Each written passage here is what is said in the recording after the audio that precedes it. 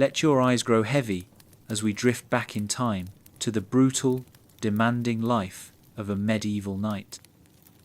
Beneath the shining armour and the noble banners was a world of endless discipline, violent battles, and crushing oaths.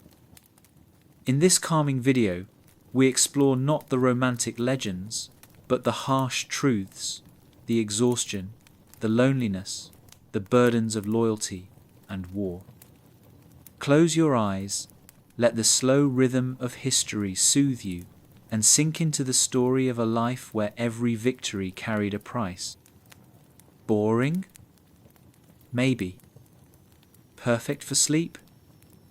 Absolutely. Let's begin. Imagine yourself in the midst of a grand medieval hall, where the air is thick with anticipation, and the only sound is the soft murmur of nobles and clergy gathered to witness a momentous occasion. The stone walls echo the centuries of history that have led to this moment. In the centre of this imposing chamber stands a young squire, his knees sunk into a cushion of red velvet, his heart pounding within the confines of a tunic, freshly embroidered with his family's crest. He is about to pledge his life to a cause far greater than himself, a commitment as binding as the chains of a dungeon, yet as honourable as the touch of a king. As you picture this scene, consider the enormity of taking such a vow, solemn promise, often spoken as a whisper shared between heaven and earth, echoing in the hall as witnesses hold their breath. This is the essence of the knight's oath, a declaration that transforms an ordinary man into a sworn protector of his lord, his land, and his faith. But what truly lay behind those words spoken on a day of such newfound gravity? What multitudes did they contain, and how did they shape the knights themselves and the world around them? The knight's oath in medieval times was not just a spoken promise. Rather, it was an indelible mark upon the soul, a binding contract between a knight and the principles that he vowed to uphold. Much like a modern jury taking an oath to deliver honest judgment, the knight's promise encapsulated duties and ideals that extended far beyond the realm of mere military service. It was a fusion of duty, honour, and moral obligation, all committed to memory in a ceremonial practice that sealed a knight's entry into a prestigious, albeit perilous world. Taking an oath was a rite of passage, framed with as much solemnity as when one takes a marriage vow or pledges allegiance to a nation. Yet, unlike temporary allegiances, this pledge was for life, carved as deeply in the heart as any tattoo in the skin.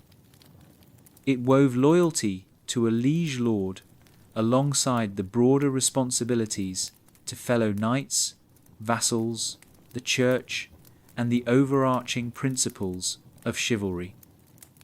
As a child might pledge in a scout's promise to be resourceful and respectful, a squire's oath metamorphosed his intent into a lifelong mission, embodying virtues like fidelity, bravery, and righteousness. The spectacle of the dubbing ceremony, where a squire was officially knighted, played out with grandeur and profound significance. This event was the culmination of years of rigorous training and discipline, a day-long theatre of medieval pomp and symbolism.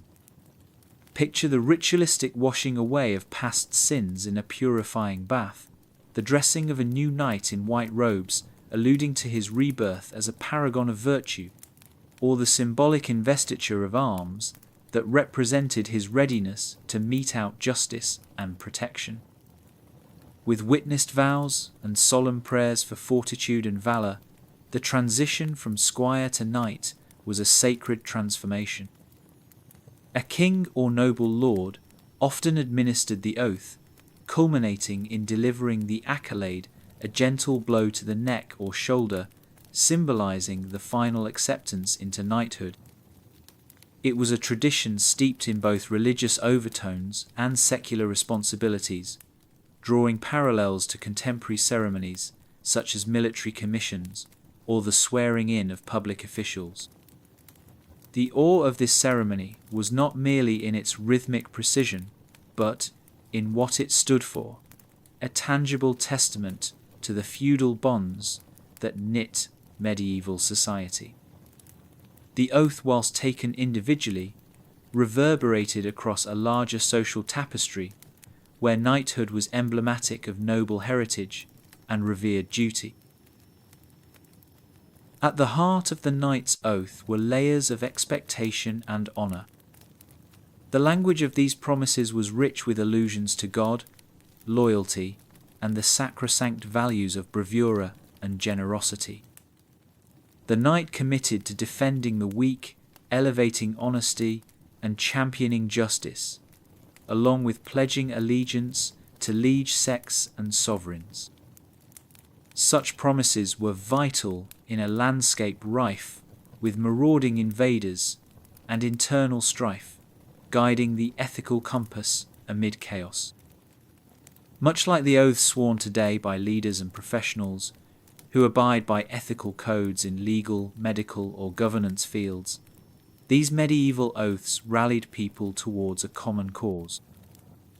The earnest articulation of a knight's duty served as a binding verbal contract, whose resonance was felt across every domain, from policy decrees to the daily travels of itinerant priests and traders. It offers echoes of today's pledges, where trust and responsibility within institutions and communities form the backbone of civil society. Yet, the medieval oath was as fragile as it was robust, susceptible to human failings and manipulations, leading to internal dilemmas where moral adherence faced the spectres of betrayal and misconduct. Even the most noble of intentions were frequently besieged by a medieval paradox. Knights sworn to protect could become aggressors. Those upholding peace participated in conflicts that toppled realms.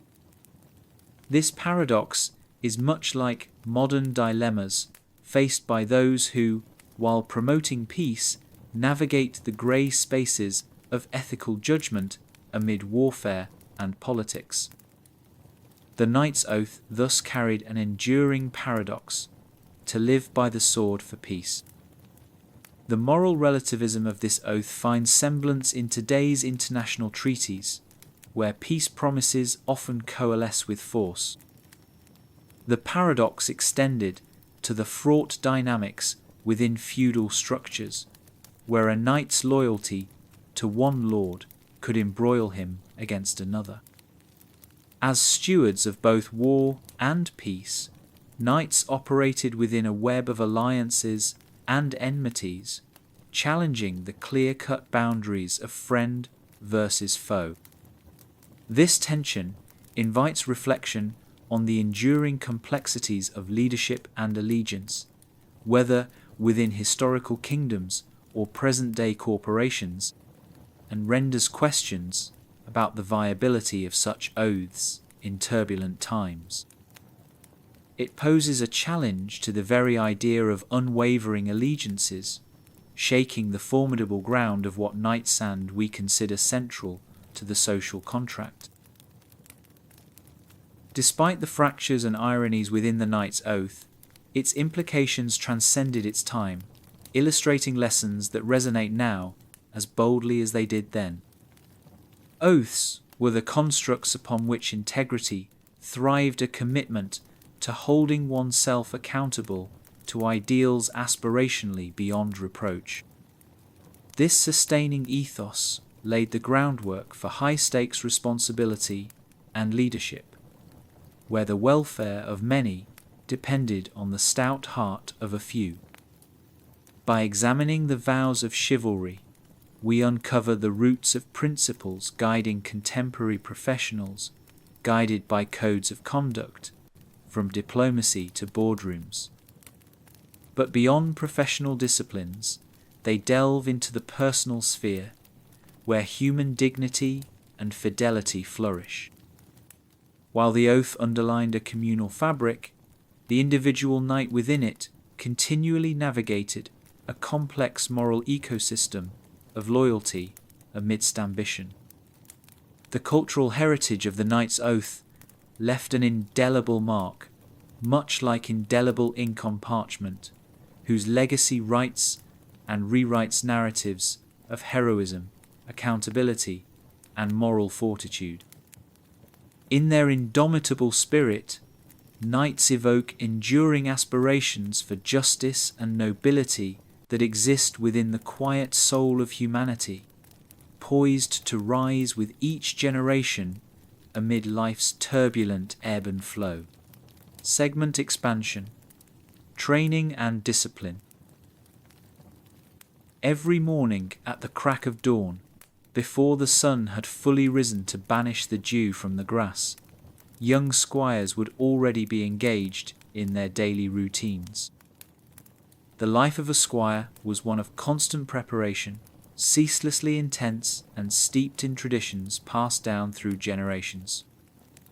The path to knighthood was an arduous one, requiring the gradual honing of both physical prowess and mental acuity from a tender age.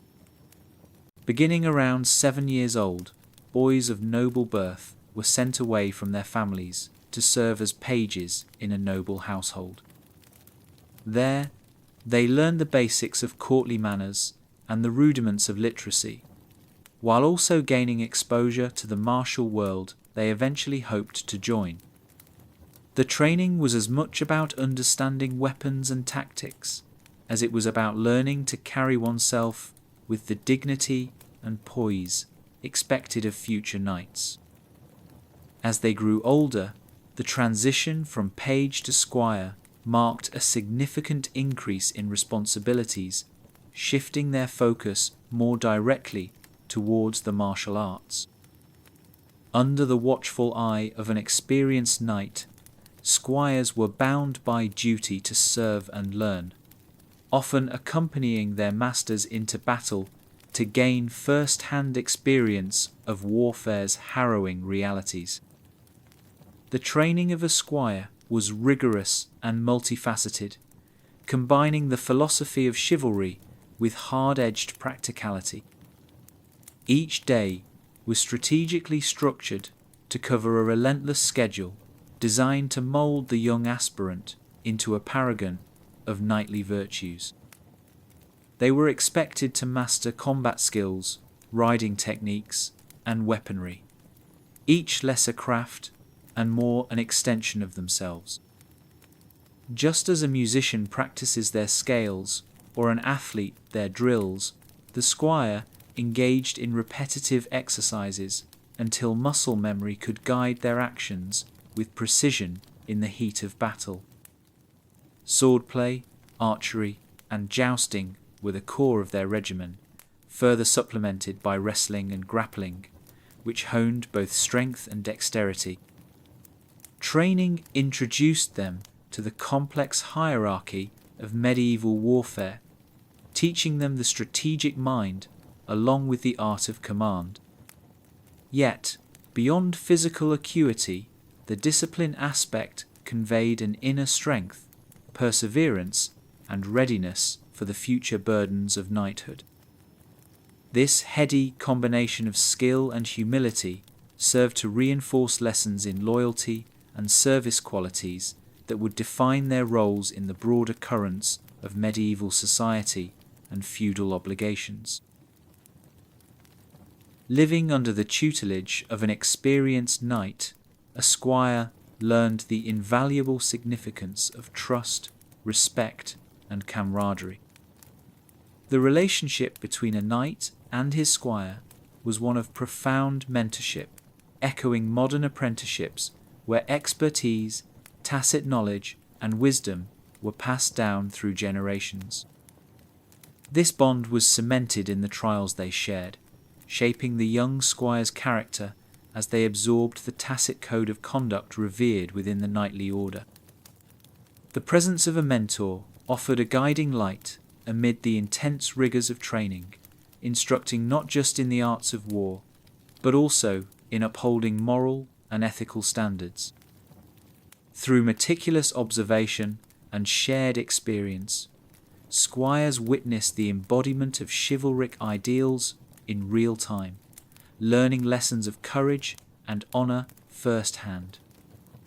Exposure to diverse perspectives also nurtured creativity in the art of war, allowing them to innovate within constraints and quality, as valuable in the medieval battlefield as it is in solving today's complex problems. However, the path of discipline was fraught with challenges and sacrifices, which often demanded the relinquishment of personal freedoms for the collective good of their lord, fostering a sense of community and underpinning as vital in modern society's endeavours as it was back then. The training regimen was not without its controversies and contradictions. For some, the emphasis on martial prowess overshadowed the nurturing of personal introspection and individual growth. The rigorous discipline required a level of conformity that at times stifled personal freedom, leading to tension between individual aspirations and feudal duties.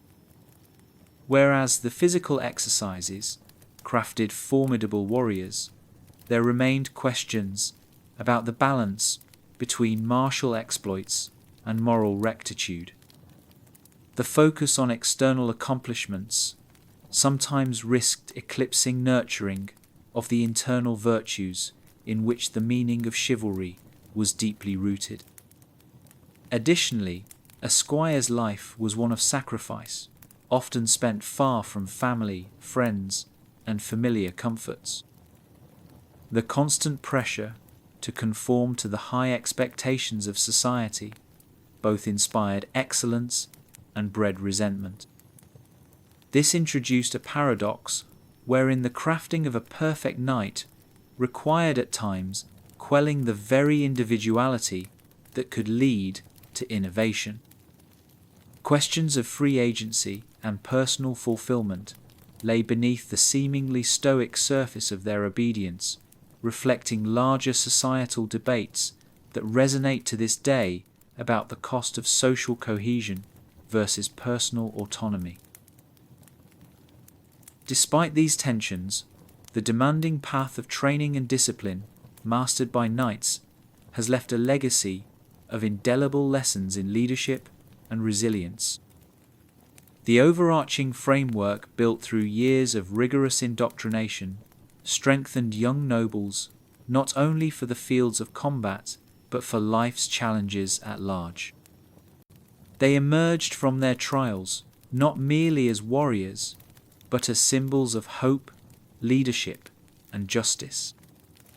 Historical accounts and romanticized narratives reveal how, notwithstanding the paradoxes and hardships, this grueling journey created individuals capable of fulfilling roles beyond military might be, it negotiating peace terms or serving as impartial arbiters of conflicts within their dominions. A parallel can be drawn to today's educational systems or military academies, where the end goal is to produce informed, principled leaders equipped to navigate the complexities of the modern world. Herein lies a fundamental truth. While methods may evolve across ages, the need to cultivate values diligence, loyalty, and courage persists, adapting timeless principles to the spirit of each era and extending their relevance well beyond the annals of medieval history. In reflecting upon the journey from squire to knight and the discipline and training that lay at its core, we gain rich insights into the nature of human growth amidst the stringent demands of duty. Through trials of the body and spirit, medieval squires were meticulously crafted into the paragons of chivalry that would define their era. They exemplify how commitment to discipline, mentorship, and the honing of skill sets can transform raw potential into a realized role of influence and prestige. Their experiences continue to inform our understanding of personal development, the balance of obedience and autonomy, and the effects of nurtured potential upon society at large. In pondering such journeys, we are invited to examine our own pathshow, the disciplines we adhere to shape us, and how, in turn, we shape the world around us. Despite the chasm of centuries and profound changes in social structures, the enduring lessons remain applicable, inspiring us to foster discipline, honor mentorship, and seek a harmonious blend of individuality and shared values in our own lifelong endeavors. Segment expansion. The Code of Chivalry. The Code of Chivalry stood as a beacon of moral and ethical ideals-binding force within the tumultuous environments of medieval Europe. Envision knights, clad in shining armor, not merely as warriors but as paragons of virtue, defined by a complex and revered code that steered their lives both on and off the battlefield. This code was more than a set of guidelines. It was a comprehensive framework that blended the spiritual with the martial, aiming to shape knights into defenders of the weak, upholders of justice, and mirrors of courtesy and gallantry. The chivalric code was akin to a compass, directing knights towards a life of honor and dignity in a world where conflicts could easily corrode moral integrity. This unwritten yet universally understood code dictated daily conduct and societal interactions, enlisting virtues such as loyalty and humility while demanding bravery and selflessness.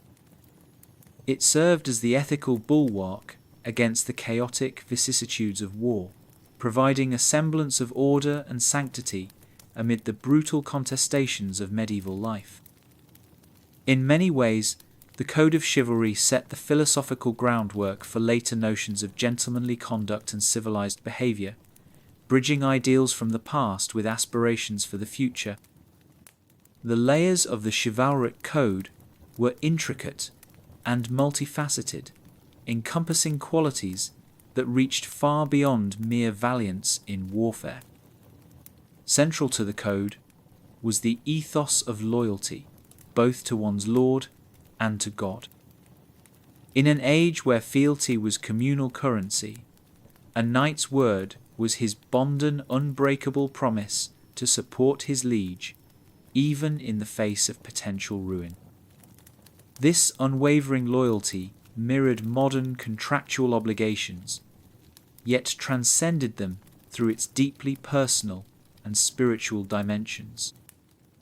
The commitment to piety and devotion to the Church provided a divine endorsement for the knight's earthly duties, aligning spiritual salvation with the responsibilities of knighthood. It ingrained a religious connotation onto their actions, suggesting that the battle fought for righteousness was no less than a holy endeavor. Yet, knights were also tutored in courtesy and benevolence, virtues that found expression in their interactions with people of all social strata, particularly in their conduct towards women. With these ideals, the notion of courtly love emerged, where knights served ladies with deference bordering on reverence, an early expression of romantic devotion that resonates in the ideals of modern relationships. The code, therefore, was a synthesis of justice, martial valor, religious devotion, and social etiquette, aimed at embodying an ideal that sought to harmonize the disparate elements of human nature. As knights sought to embody such virtues, their devotion to the chivalric code brought both clarity and complexity to their lives. On one hand, the code presented a clear set of ideals through which knights could navigate their world, providing answers within a firm framework of values and ethics that could unify diverse realms. It offered a moral compass amidst conflict and a path to personal honor and collective esteem, akin to the codes of conduct that inform ethics in professions today. However, the code's stringency gave rise to numerous paradoxes. For all its emphasis on peace and moral virtue, the daily practice of these chivalric ideals often involved violent and destructive actions. Knights, compelled by their vows to protect and serve, participated in crusades and battles that stood in stark contrast to the altruism they were pledged to uphold. Moreover, the code offered an ideal so lofty that it was often unattainable, leading to instances of hypocrisy and moral conflict where individuals grappled between desire and duty. This duality highlights an enduring human struggle, one seen even now as individuals strive to align real-world actions with ethical principles amidst societal pressures and personal ambitions. Yet within these contradictions also lay opportunities for introspection and evolution, revealing a continued dialogue between aspirations and realities. The relevance of the chivalric code extended far beyond the interpersonal dynamics of knights and nobles. Its influence reverberated through the social and political structures of the time, propagating values that mitigated the severity of feudal conflicts and enshrined principles of fairness and justice. As a code that emphasized moral restraint among elites, it set aspirations for governing practices and social harmony, acting much like modern constitutions in its capacity to uphold societal order. Through its influence, the chivalric code became the bedrock upon which medieval institutions built their claims to legitimacy and authority, offering a vision of social cohesion amidst the disorder of shifting allegiances and conquests. In many ways, it functioned as a precursor to the rule of law, embedding a sense of accountability and respect for humanity that transcended the chaotic skirmishes of medieval power politics. In knightly courts and councils, it provided a common language of conduct and justice, much like today's international law seeks to arbitrate and mediate on the global stage, underscoring the universal longing for order, equity, and peace, even amidst tumult. Beyond its legislative and societal impact, the code was indelibly woven into the cultural ethos of the time, shaping literature, art, and popular conceptions of the noble elite. Romanticized in the great epics and songs of chivalry, tales of valor and unyielding bravery came to represent the pinnacle of knightly achievement, further reinforcing the aspirational nature of the chivalric ideal. These narratives, embracing both the victories and tribulations of knights, elevated the code from an abstract system into a tangible cultural phenomenon captured forever in the annals of folklore and myth. From the courtly romances of troubadours to the solemn records of historical chroniclers, the chivalric code carried with it a sense of timelessness and universality that resonated with diverse audiences. It provided a heroic narrative framework that immortalized the tensions between duty and desire, sacrifice, and honor, themes universal to the human experience, and hence ever relevant, laid against the canvas of a world ever evolving yet fundamentally constant in its quest for meaning, excellence, and nobility. The code's narrative legacy continues to inform and inspire modern literature and media, underscoring both an unchanging fascination with heroism and the perennial struggle to live by ideals that bind individual roles with larger collective truths. Though centuries have passed, the imprint of the chivalric code on modern society persists, bridging the divide between the medieval past and the present. In today's complex world, where global tensions and ethical dilemmas abound, the lessons embedded within the chivalric ideal offer a glimmer of guidance. The virtues of chivalry: dedication to justice, courage in the face of adversity, and the unwavering pursuit of honorable action remain relevant and resonate strongly within contemporary frameworks of leadership and service. Just as knights were seen as guardians and champions, modern leaders and citizens alike are called to uphold ethical principles amid ever-evolving social challenges. The core tenets of chivalry remind us of our collective potential to rise above self-interest, fostering communities grounded in understanding, respect, and empathy. As humanity continues to confront moral complexities and global dynamics fraught with adversity and contention, the chivalric code offers a narrative of hope, perseverance, and integrity, inspiring us to strive persistently toward the realization of a just and harmonious world. In honoring the legacy of the chivalric ideal, we reaffirm a continuous commitment to the shared values that unite and empower us across epochs and experiences, while reminding us that with courage and integrity, the ideals of honor and responsibility remain within reach. Segment expansion: battles and warfare. In the medieval world, battles and warfare were inescapable realities that shaped the existence of every knight, embedding their lives with a stark duality of brutality and valor. War was the arena where knights tested their mettle, not only as warriors, but as embodiments of the chivalric code. The strategies and stakes in a medieval battle were deeply intertwined with the knight's prowess and the fate of their lord's dominion.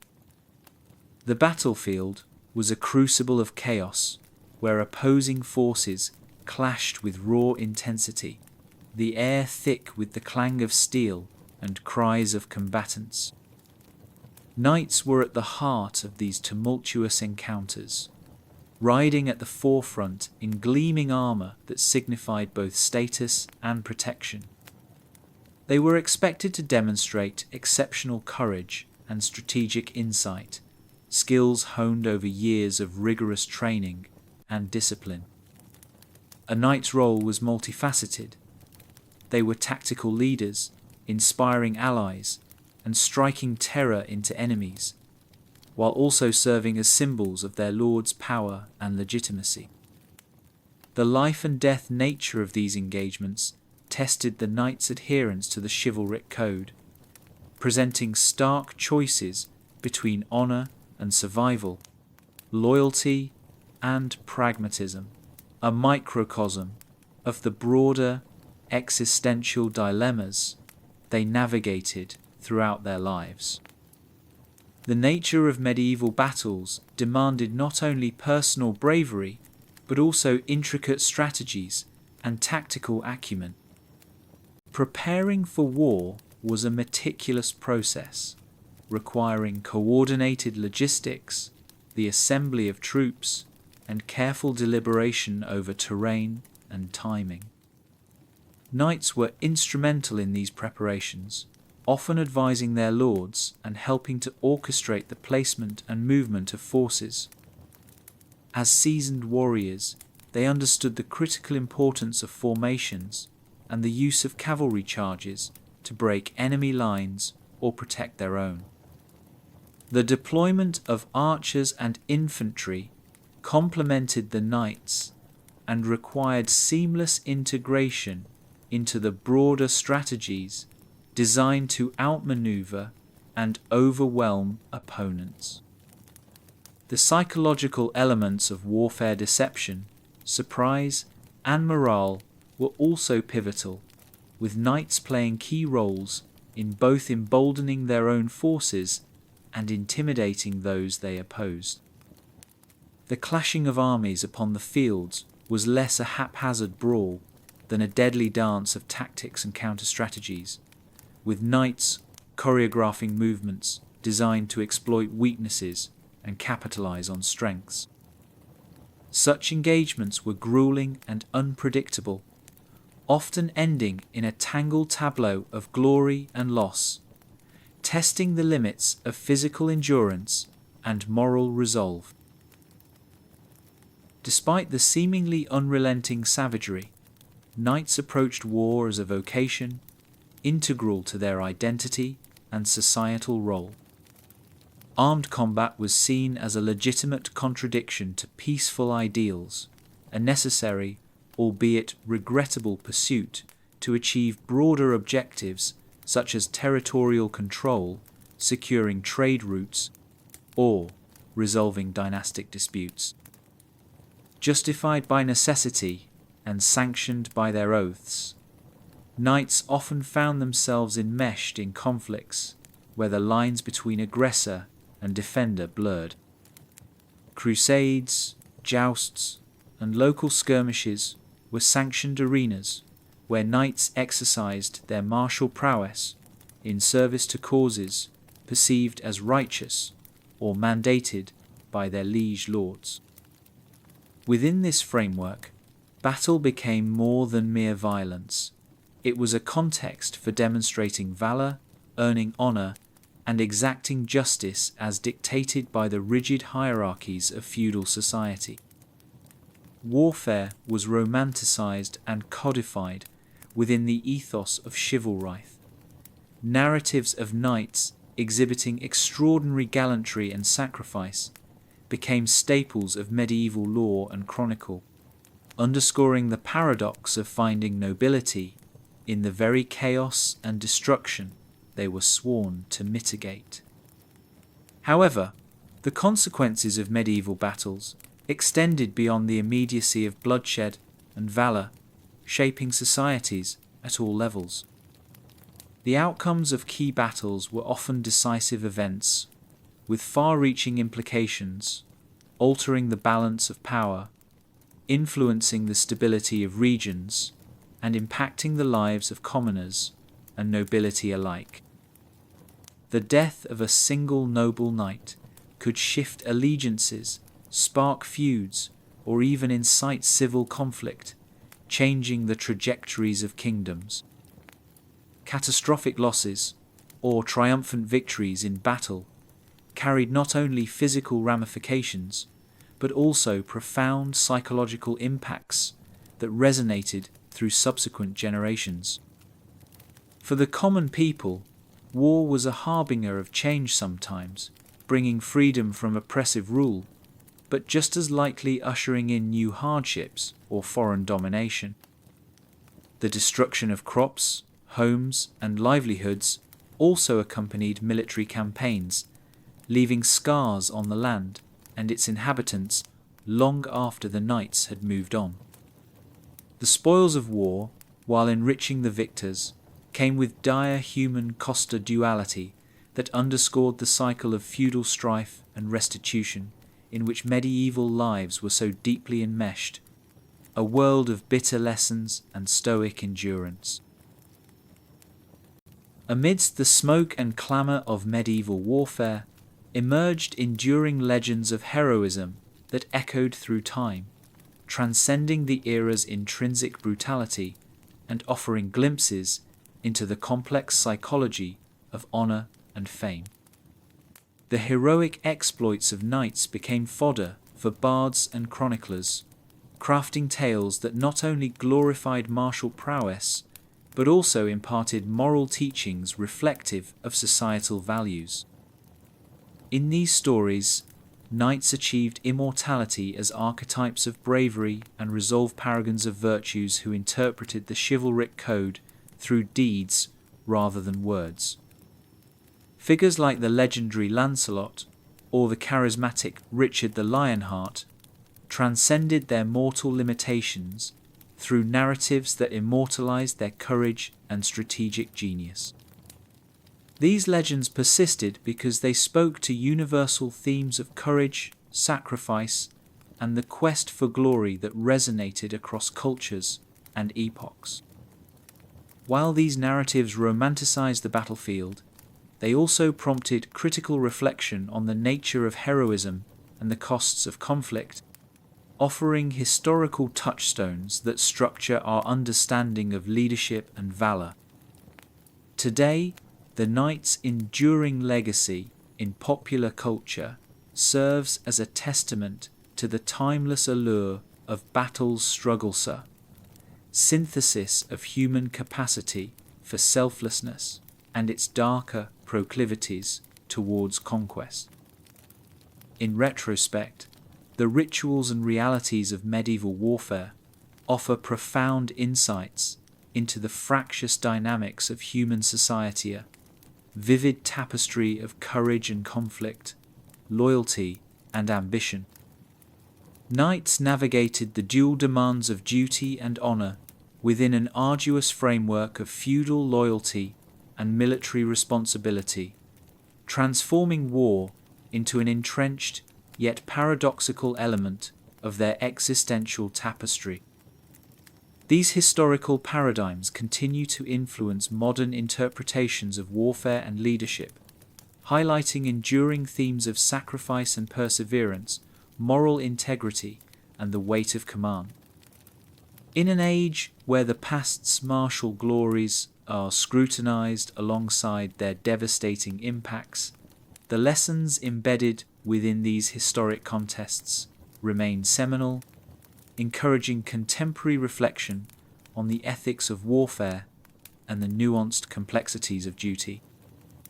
As inheritors of these legacies, we are tasked with distinguishing between noble intention and ignoble consequence, seeking peace through understanding, while acknowledging the profound complexities from which our modern challenges arise. By drawing wisdom from medieval knights, as they once did from their own experiences on the battlefield, we are reminded of our continuous journey towards a future where the principles of chivalry and the quest for peace harmonize in defining new paths to global justice and community. Segment expansion, castles and conquest. The medieval castle was much more than a mere fortress of stone. It was a symbol of power, authority, and the feudal system that underpinned the life of a knight. These architectural marvels, strategically perched on hillsides or enveloped by moats, dominated the landscape and the social hierarchy of the Middle Ages. The construction of a castle signified both a military stronghold and a centre of governance, encapsulating the dichotomy of warfare and diplomacy. For knights, these formidable structures were not just homes, but training grounds, sanctuaries, and instruments of influence. The walls of a castle bore witness to the intense cycles of life and death, serving as teeming bastions of strategy and culture. Within the imposing walls, medieval society buzzed, with knights and their retinues perpetually on alert for imminent threats. Castles were emblematic of stability amidst tumult, their very presence a proclamation of territorial dominion and noble status. For a knight, defending such a fortress was both a duty and an honour, a testament to their allegiance and the fealty that bound them to their liege lord. These structures were fortresses in every sense of resilient centres of control, amidst the fluctuating tides of medieval conquest and the relentless demands of territorial expansion. Living within the stone embrace of a castle was akin to inhabiting an organism, its rhythms dictated by the rituals of feudal life and the exigencies of defense. Every narrow stairway and imposing gatehouse was part of a larger strategic design meant to thwart sieges and protect the inhabitants within. The organization of life in a castle was intricate, reflecting the social hierarchy of its time. At its heart, the Great Hall was far more than a gathering space. It was an arena for decision-making, dining, and dispensing of justice. Knights played a pivotal role within these walls, navigating the complexities of loyalty, duty, and honor that were interwoven into the fabric of castle life. They were responsible not only for training the men-at-arms, but also ensuring the readiness of defences, from maintaining the portcullis to patrolling the battlements. The castle was a microcosm of medieval society, a focal point for economic activity, cultural exchange, and communal living. It underscored the symbiotic relationship between the lord, the knights, and the commoner siege, reliant on the others for survival and prosperity in a precarious world defined by shifting alliances and frequent conflict. Within these bastions, the knight's role was multifaceted, serving as both protector and enforcer, upholding the tenets of chivalry while balancing the practicalities of medieval governance. The conquest and defense of castles defined the strategic chessboard of medieval warfare, reflecting the era's intricate dynamics of power and ambition. Taking a castle was both an art and a science, requiring a mix of brute force, cunning, and patience. Sieges could last for weeks, months, or even years, with attackers and defenders locked in a grim stalemate where attrition, rather than direct assault, often determined the victor. Knights spearheaded these efforts, orchestrating sorties and counter-siege tactics aimed at breaking enemy lines or lifting blockades. The ingenuity displayed during these sieges employing siege towers, trebuchets, and undermining attested to the era's tactical evolution and the resourcefulness of medieval military minds. For knights, the successful capture of a castle was a crowning achievement, a monumental testament to their valor and strategic acumen. Conversely, the fall of a fortress was both a tactical failure and a personal dishonor, prompting knights to muster every ounce of resilience and cunning to protect their stronghold. These sieges were not just military engagements.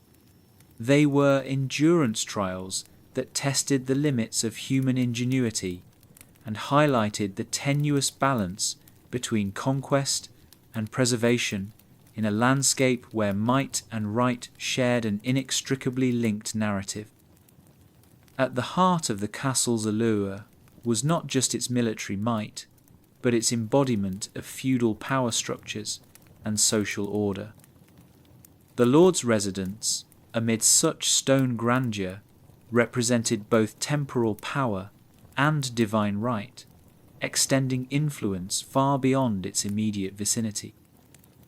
Holding court from within the fortress, lords administered justice, exacted taxes, and plotted strategic marriages and alliances that secured political stability and territorial expansion. Knights, as part of the noble retinue, acted as advisors and emissaries, their martial prowess equalled by their diplomatic acumen. Participation in this cycle of governance was both a privilege and a responsibility, as knights sought to maintain fealty while navigating the intricacies of court politics. Castles became the theatres for alliances and betrayals, where whispered counsel could alter the fate of kingdoms. The role of the knight extended beyond martial prowess to include stewarding the collective peace and prosperity of the domains under their protection. The castle, thus, was not just an edifice of stone, but a living institution, administering the complexities of medieval life, where the interplay of power, politics, and people crafted histories as enduring as the stones themselves. Yet the bastion of the castle, ostensibly an impregnable entity, was not immune to the passage of time and evolving nature of warfare. The advancement of military technology, such as the introduction of gunpowder, gradually outpaced the static defences of medieval castles, rendering their once solid walls vulnerable to the force of cannon fire. This evolution marked a turning point in military strategy and architectural design, signalling the decline of the traditional feudal stronghold. As the age of chivalry gave way to the Renaissance, the role of castles shifted from that of military fortifications to more symbolic purposes, evolving into country estates and veritable works of art that signified prestige and cultural refinement. Knights, too, found their roles transitioning from that of feudal enforcers to participants in an increasingly bureaucratized and centralized society. Despite these changes, the legacy of castles endured, providing a window into the cultural and historical context of the medieval era. The remnants of these fortresses remain scattered across Europe's landscape, testament to the enduring legacy of their time, inspiring both historical exploration and romanticized visions of the past. In examining the life and function of medieval castles, we uncover much about the underlying spirit of conquest and community that defined the era. Knights were pivotal participants in a system that balanced aggression and diplomacy, embodying the complexities of fealty and leadership within a feudal structure reliant on territorial control. Their lived experiences within the castle walls shaped the behaviours and attitudes that resonate within our understandings of leadership and governance today. By looking beyond the battlements, we unlock deeper insights into the nexus of power and duty, strategy and survival that remains vibrant, if transformed, in contemporary society. The study of castles and the knights who inhabited them thus invites a reflection on the evolution of human conflict, the ephemeral nature of martial dominance, and the enduring quest for security and legacy. As enduring symbols of history's relentless march, these once imposing structures continue to capture the imagination, offering not just a glimpse into our medieval past, but a narrative thread that connects us to the universal and timeless human endeavour to shape and redefine our world. Segment expansion: Knights and religion. The interplay between knights and religion in the medieval era was profound, deeply entwining the sacred with the secular to forge a spiritual dimension that permeated every facet of a knight's existence. At a time when the Church wielded immense influence over European society, knights found themselves not merely as warriors of flesh and blood, but as divine warriors, stewards of a celestial mandate to defend Christendom. The knight's journey was thus as much a pilgrimage of the soul as it was a physical battle against earthly foes. Their beliefs, etched onto the very fabric of their code, were missions of spiritual salvation and earthly duty entwined. The pervasive influence of religion manifested itself in all aspects of a knight's life, from the solemn vows taken during knighting ceremonies that invoked divine protection and favour, to the everyday piety practiced through prayer, almsgiving, and regular attendance at Mass. For knights, this spiritual alignment served as both a source of solace and a wellspring of strength, fortifying their resolve in the face of overwhelming odds. Even the brutality of battle was ennobled by the ideal of fighting for a divine cause, transforming the knight's sword into an instrument not merely of war, but of divine justice and celestial order. Central to the religious identity of medieval knights was the notion of holy war and undertaking, which sought to cleanse the world of sin and heresy and secure eternity in the kingdom of heaven. The Crusades epitomized this intertwining of martial and spiritual pursuits, as knights took up the cross to fight in foreign lands under the banner of Christianity. These campaigns were more than military endeavours. They were spiritual quests that promised eternal reward for those who perished in the sacred cause.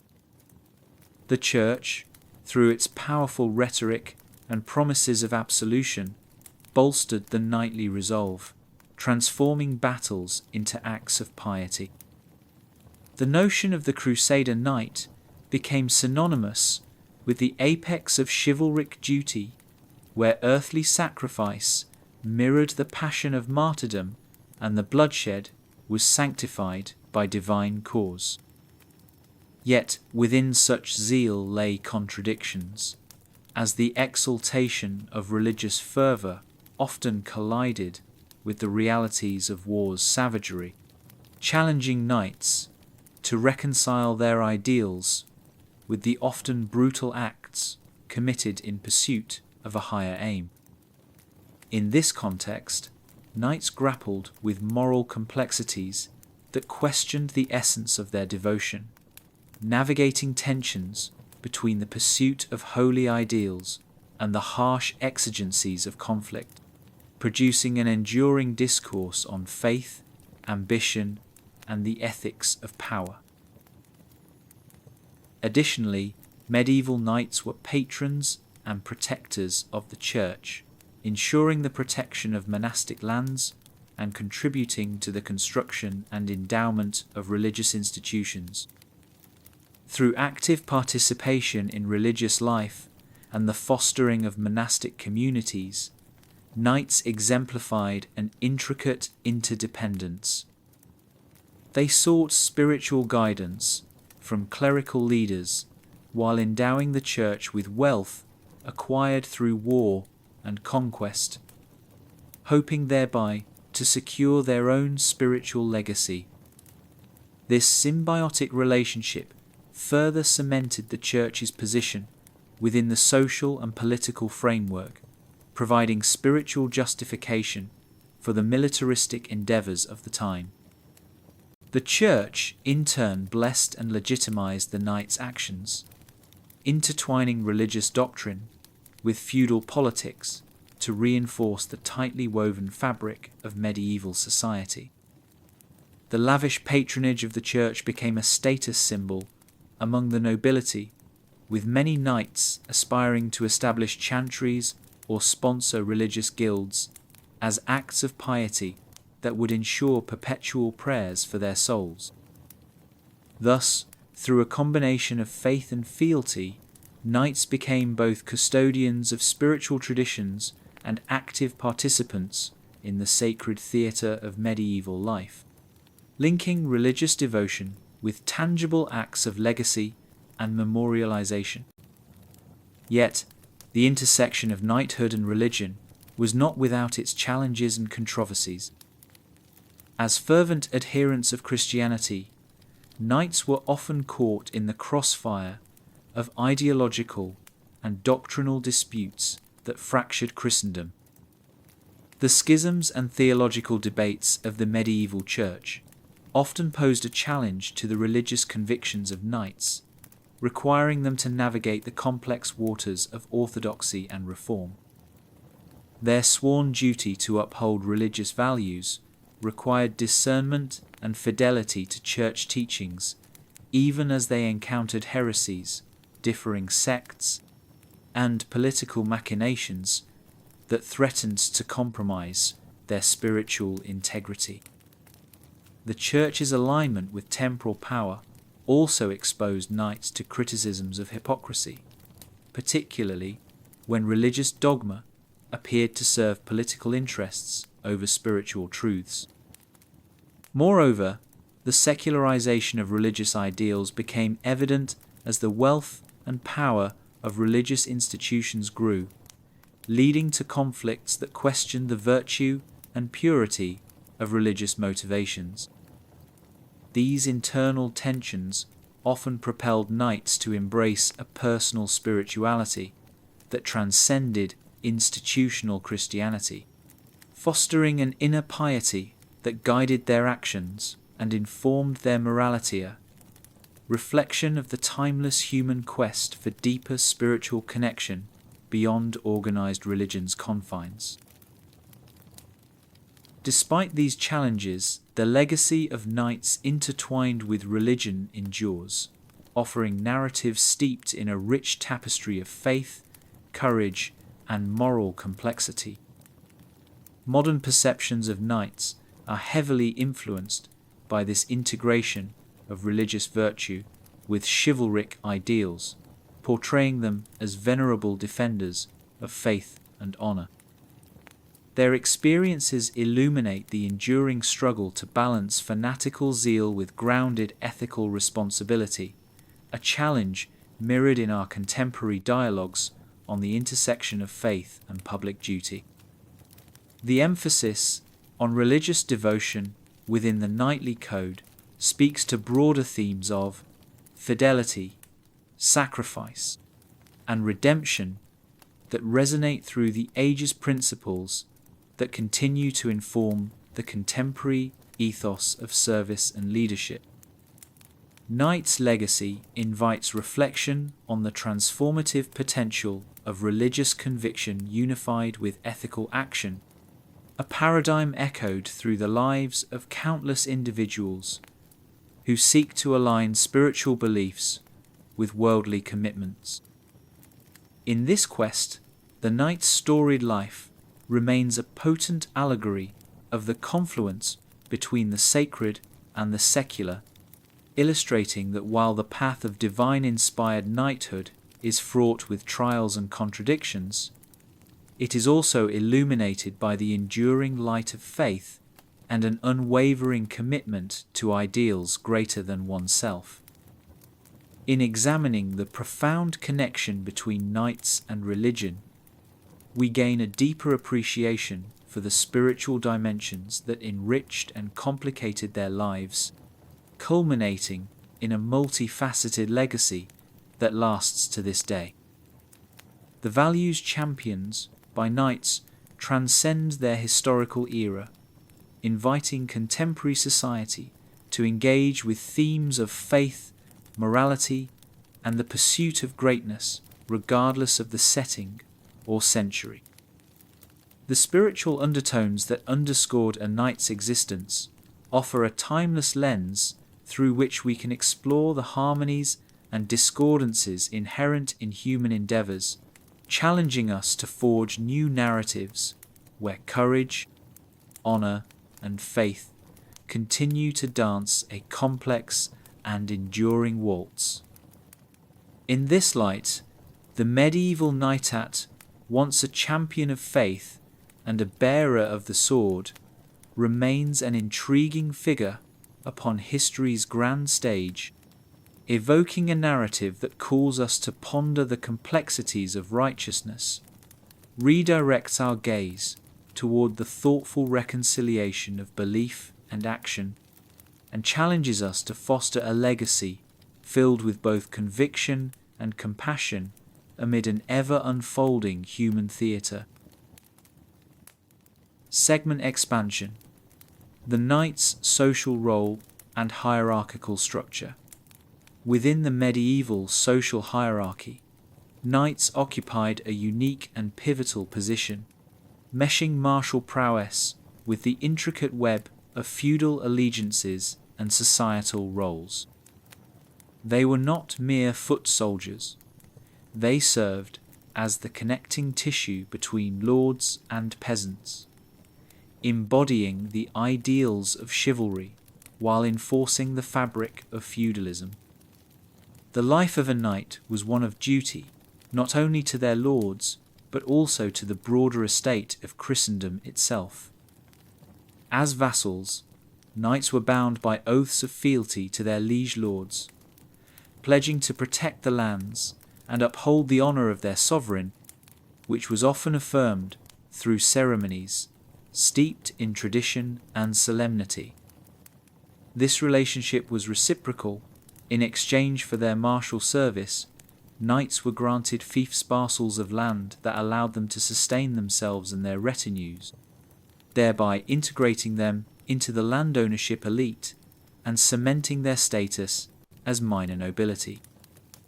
This economic foundation was vital, both to maintain their status and to fulfill their obligations, which included not only military service, but also stewardship, ensuring the productivity of their lands and the well-being of those who lived upon them, rendering knights both warriors and custodians within a somewhat rigid yet fluid social hierarchy.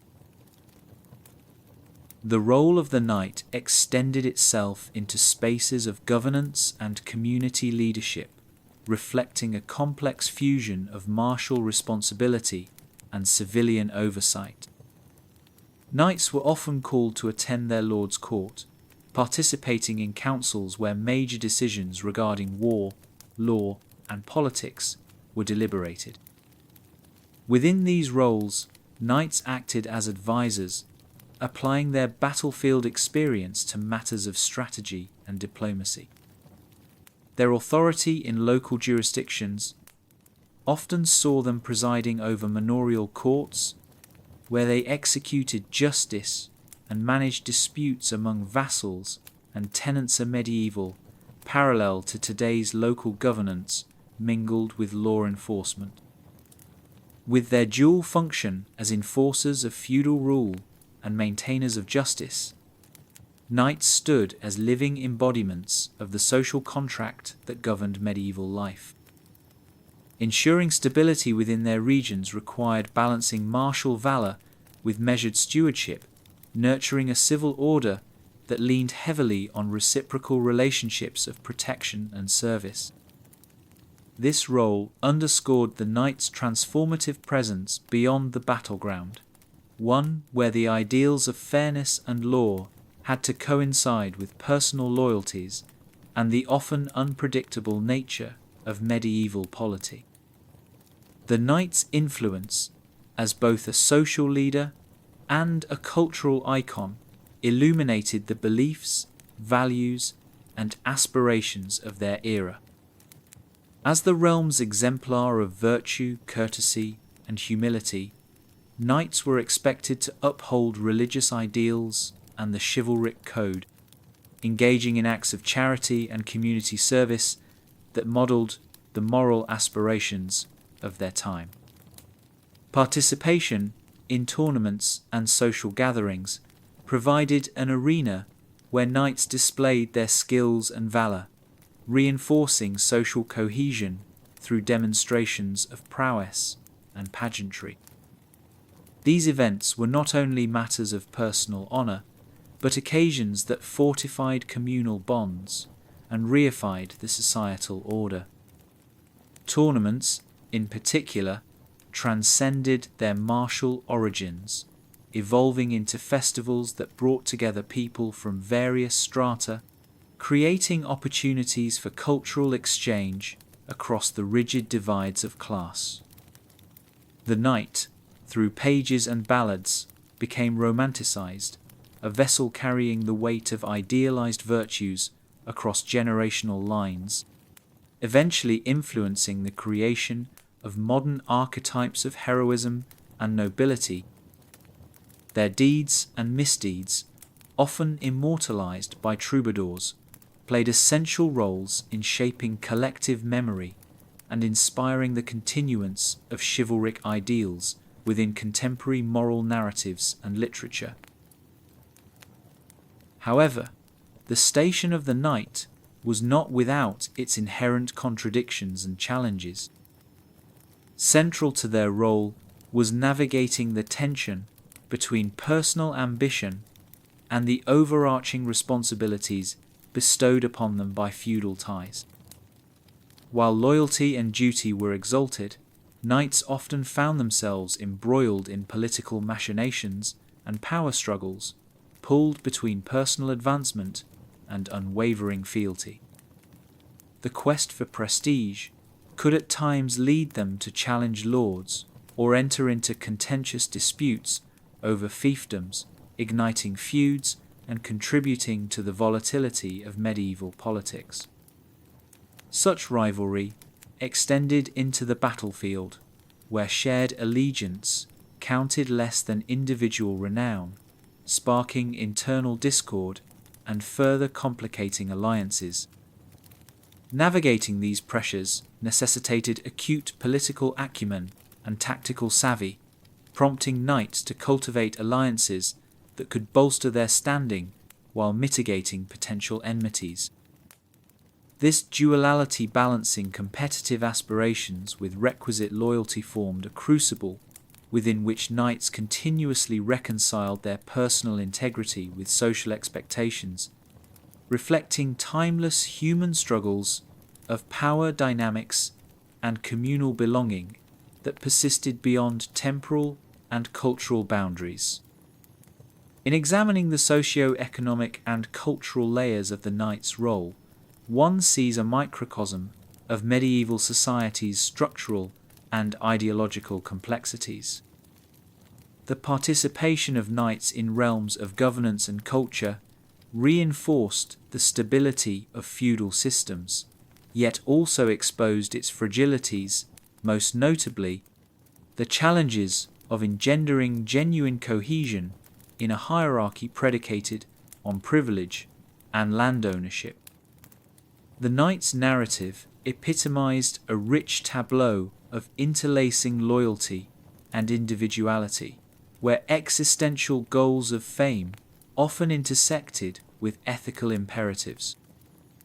Understanding this layered historical dynamic provides contemporary insights into the functions of leadership, the impact of status and duty on identity, and the relentless pursuit of balance between self-interest and communal obligation, themes that resonate within modern political and societal frameworks. As the echoes of their storied existence ripple through time, knights offer us enduring lessons on character, leadership, and resilience within the social order, a legacy that continues to inform our understanding of social dynamics and the multifaceted nature of humanity's unending quest to define and uphold values within an ever-evolving societal fabric. In reflection, the knight's social role serves as a dynamic lens through which the interplay of medieval life unfolds, revealing how individuals navigated the systems and structures that defined their world. Their contributions to both martial and civilian domains highlight the intrinsic bonds between responsibility and honor, power, and humility. Today, as we grapple with our own models of leadership and community engagement, the knight illustrates that true strength lies in the balance of courage and compassion, ambition and duty, potent reminder that even within rigid structures, the capacity for transformative influence and moral fortitude remains enduringly vital. Through their lives, we derive the profound comprehension that within the heart of every society beats the same timeless truth, that honor, courage, and a commitment to the common good are the cornerstones of both historical legacies and future possibilities, shaping a shared vision for a just and resilient world. Their stories attest to the universal challenge of navigating roles that anchor and propel society, offering a testament to the idea that through steadfast dedication and moral clarity, we too can forge legacies that transcend time and circumstance. Segment expansion. Jousts and tournaments. Jousts and tournaments were not merely spectacles of martial competition. They were an integral part of the medieval knightly life, serving as both a display of individual prowess and a vital component of social and political interaction. Picture the vivid scene: banners fluttering in the breeze, the metallic clash of armor echoing across the grounds, and the fervent cheers of gathered crowds, all set against the backdrop of tents and pavilions. For knights, these tournaments were much more than sport. They were stages upon which the drama of social prestige, chivalric valor, and personal ambition unfolded. Participants entered the lists not just to vanquish their opponents, but to demonstrate their fealty to the chivalric code, showcasing their skills in horsemanship, combat, and courteous interaction. The tournament can be likened to a medieval version of today's high-stakes arenas, where physical skill intertwines with strategy, charisma, and psychological acumen, testing every facet of a knight's capabilities. These contests, with their formalized rules and elaborate ceremonies, functioned as both preparation for warfare and an expression of knightly culture, echoing the martial dance that mirrored the unpredictability of battle itself. Knights who excelled in these arenas gained not only coveted prizes, but also respect and recognition that translated to substantial influence within their spheres of life. The tournaments provided a fertile ground for knights to cultivate and demonstrate the virtues of chivalry, cementing their social standing even as they fostered feudal relationships. Participation in such events was seen as both a privilege and a duty, underlining the values of loyalty, courage, and courtesy expected of the knightly class.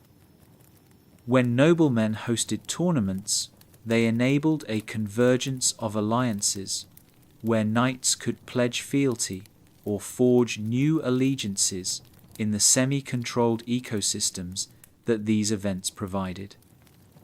These gatherings were crucial nodes in a network of social and political exchanges, where marital alliances were forged and disputes settled, becoming venues where the currency of honor and reputation was traded as tangibly as any physical prize. The jousts themselves dramatized the ideals of courtly love, with knights often dedicating their performances to noble ladies, to whom they pledged their valorous exploits. Such acts of homage were not purely symbolic. Rather, they cemented familial bonds and influenced political maneuvers, blurring the lines between personal glory and wider strategic objectives. The vibrant mix of festivity and competition encapsulated the spirit of the aristocratic world, reflecting the tensions and aspirations of noble life through an elegant, if somewhat dangerous, interplay of martial and matrimonial stakes. Beyond the confines of combat and strategy, the cultural and economic implications of tournaments extended broadly, infusing local economies with vibrancy and allowing merchants and craftsmen to participate in the grand festivities. These events attracted spectators from all walks of life, each bringing the diverse, bustling energy of a thriving medieval fair alongside the formalities of the competitions themselves. Economically, Tournaments provided significant revenue streams for localities, drawing traders from distant regions eager to sell their wares to the assembled nobility and commoners alike. Alongside the serious business of proving one's mettle in the lists, an array of performances, entertainment acts, and markets flourished, creating an environment brimming with cultural exchange and interaction. This convergence of commerce and sport not only reinforced economic ties, but fostered a unique cohesion across social classes, unified in their admiration of knightly prowess and noble spectacle. Cultural exchanges during such gatherings expanded the horizons of local inhabitants, blending traditions and influencing the spread of styles, motifs, and ideas. By embedding themselves into the social and cultural fabric of the time, tournaments became cups brimming over with local pride and cosmopolitan flair, a unifying force within the stratified world of medieval Europe. Nevertheless, tournaments posed inherent challenges and were not without their risks and controversies, often mirroring the unpredictable nature of the society from which they sprang. Despite their highly regulated nature, these events could occasionally lead to fatal outcomes, as the thin line between competition and conflict sometimes blurred. The physical dangers were amplified by the considerable stakes involved, with knights pushing themselves to their limits and sometimes paying the ultimate price for glory.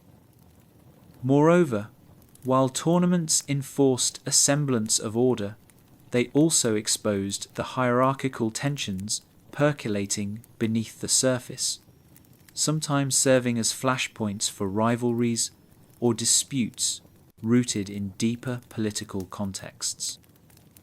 Accusations of dishonor or cheating could turn spirited competition into genuine vendettas, undermining their intended purpose as forums for display and diplomacy.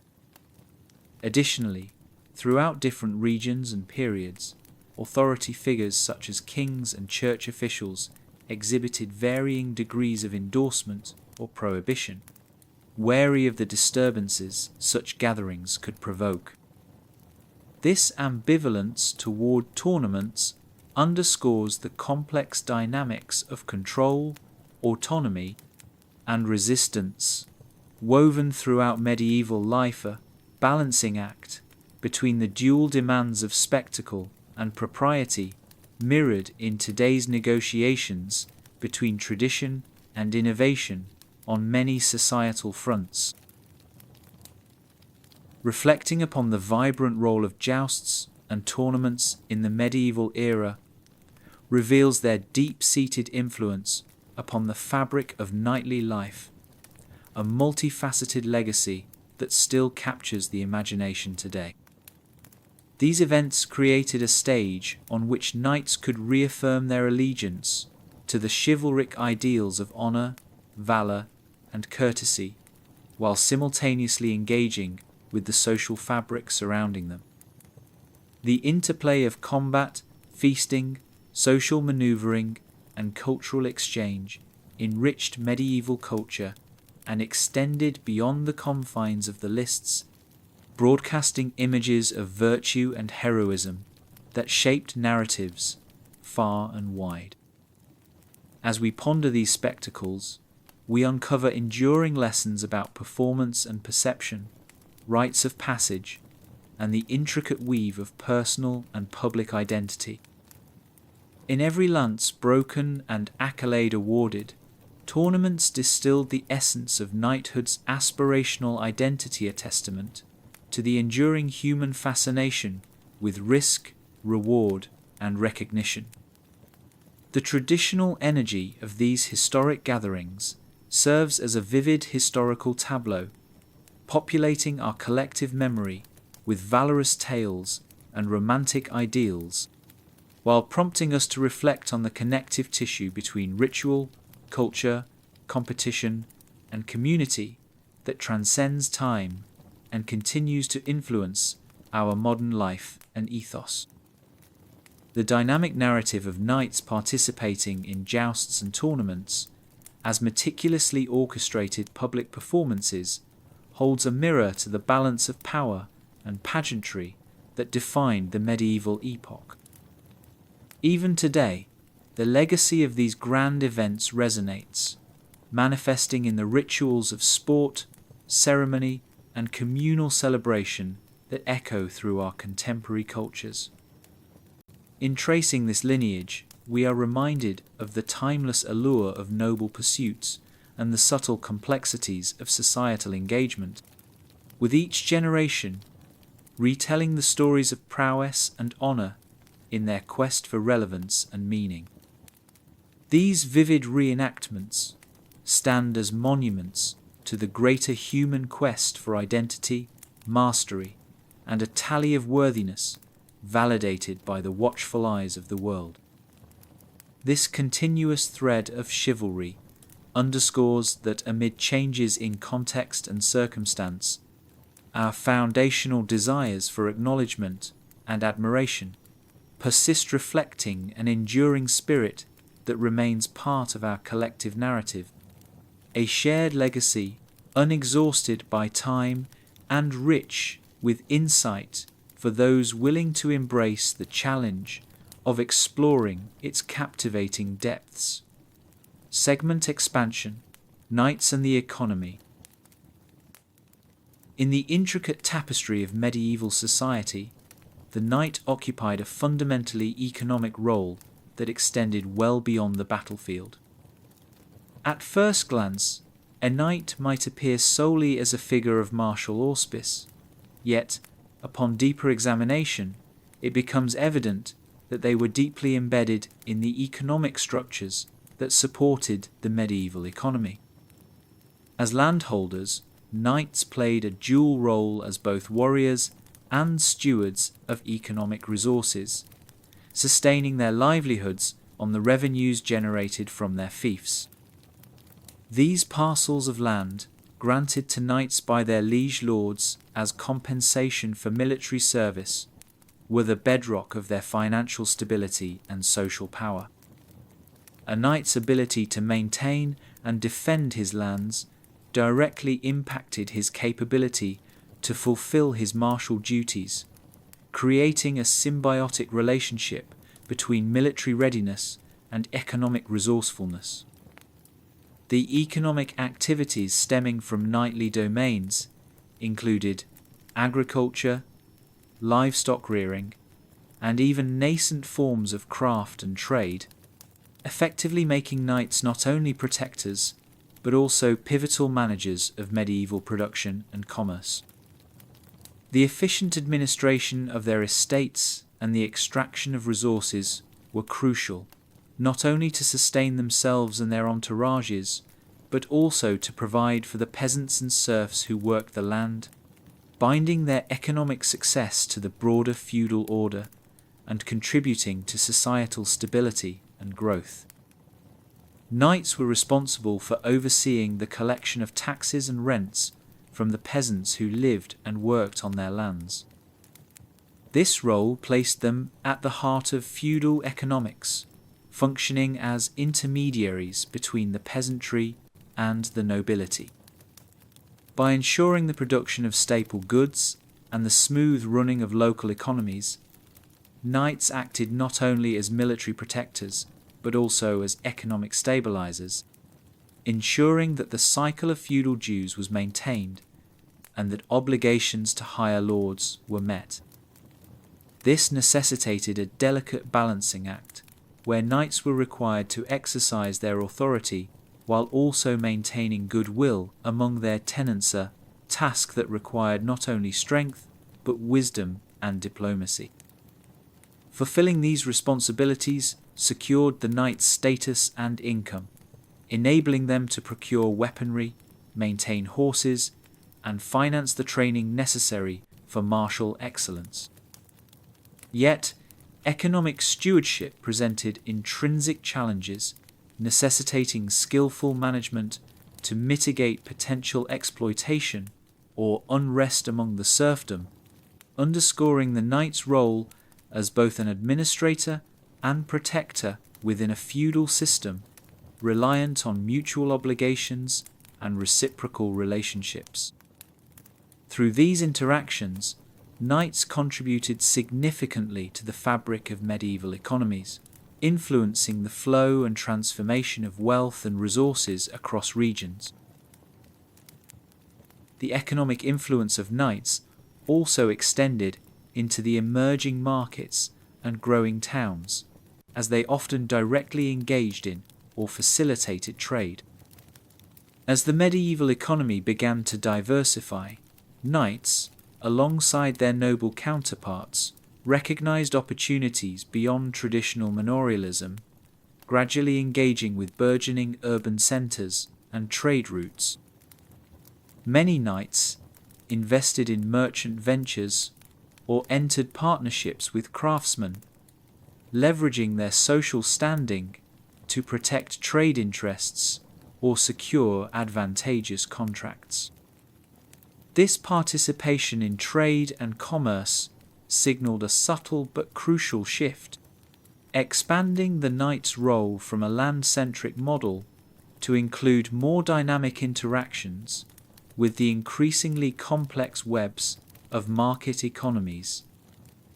Additionally, commodities produced on their estates, such as wool, timber, or grain, became integral to trade networks, drawing on the agricultural backbone of knightly domains to fuel broader economic expansion. By participating in fairs and facilitating the movement of goods, knights contributed to the exchange of goods, culture, and ideas, dovetailing military enterprise with economic ingenuity. This involvement marked an evolutionary trajectory where the ethos of knightly valor began to integrate with mercantile foresight, underscoring their adaptability and perpetual influence within the economic landscapes of their time. Despite being entrenched in economic functions, knights wrestled with tensions between their martial identity and economic responsibilities, a balance fraught with complexity yet essential to maintain. The demands of warfare, with its requisite expenses for armor and weapons, required knights to be astute economic managers, balancing the costs of militancy against the demand for economic sustainability. Knights were often caught in the middle of economic tensions, tasked with extracting value from their lands and tenants while ensuring that these resources were not so depleted as to endanger future prosperity. Furthermore, the social expectation to finance, equip, and lead followers into battle could place overwhelming financial burdens on knights who at times mortgaged properties or incurred debts to meet their martial obligations. This financial strain introduced an element of vulnerability into their existence, particularly in times of poor harvests or during prolonged military campaigns, compelling knights to cultivate resilience and resourcefulness. The constant negotiation between warfare necessities and economic stewardship mirrored the broader feudal tensions of loyalty and autonomy, encapsulating the dual ends of lordly expectation and peasant reliance, as each depended on the other for security and sustenance. Throughout the medieval period, the economic role of knights continued to evolve, reflecting broader transitions within European society and contributing to the gradual transformation of the social and economic order. As the Middle Ages gave way to the Renaissance, the knightly class increasingly found themselves navigating a market-driven economy that began prioritizing monetary wealth over land as the principal measure of influence. Changes in military technologies and tactics rendered traditional knightly warfare less central, prompting many knights to reinvent their economic roles within the changing landscape. Some knights channeled their resources into new ventures, investing in enterprises that ranged from improved agricultural practices to joint stock ventures, thus adapting to and influencing the burgeoning capitalism of the era. This adaptability highlights the knight's enduring influence, surviving as a symbol and actor within a system transitioning towards modernity. Symbolically, the economic past of knighthood offers insights into the fluid intersections of economic power and social dynamics, presenting lessons on balancing tradition with innovation over times of societal change, resonating with contemporary experiences of navigating economic transformation within an interconnected world. Reflecting on the economic role of knights reveals their multifaceted responsibilities as warriors, landholders, and economic agents of medieval society. Their ability to deftly navigate the intersection of martial duty and economic stewardship underscores the dynamic complexities of the feudal system and highlights lessons in adaptability and leadership that are as relevant today as they were then. As we view the economic legacy of the knights, we are prompted to consider the ways in which economic systems and social hierarchies are intertwined, informing our own understandings of power and responsibility. In exploring these historical narratives, we uncover the enduring importance of adaptability within shifting economic landscapes, reinforcing the value of balance between fulfilling communal roles and pursuing personal ambitions. It is through such examination that we gain appreciation not only for the roles knights played in their own time, but for the broader historical patterns of economic interaction and societal evolution, highlighting their legacy as both cornerstones of their world and as precursors to the modern complexities of economic and social leadership. Segment expansion: Knights and literature.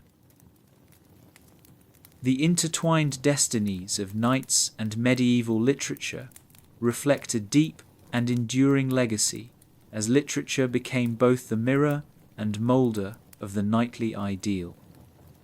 Amid the tapestries and manuscripts of the medieval world, knights emerged as both subjects and patrons, their deeds inspiring the epic narratives and romances that captivated the hearts and minds of a culturally rich and diverse society.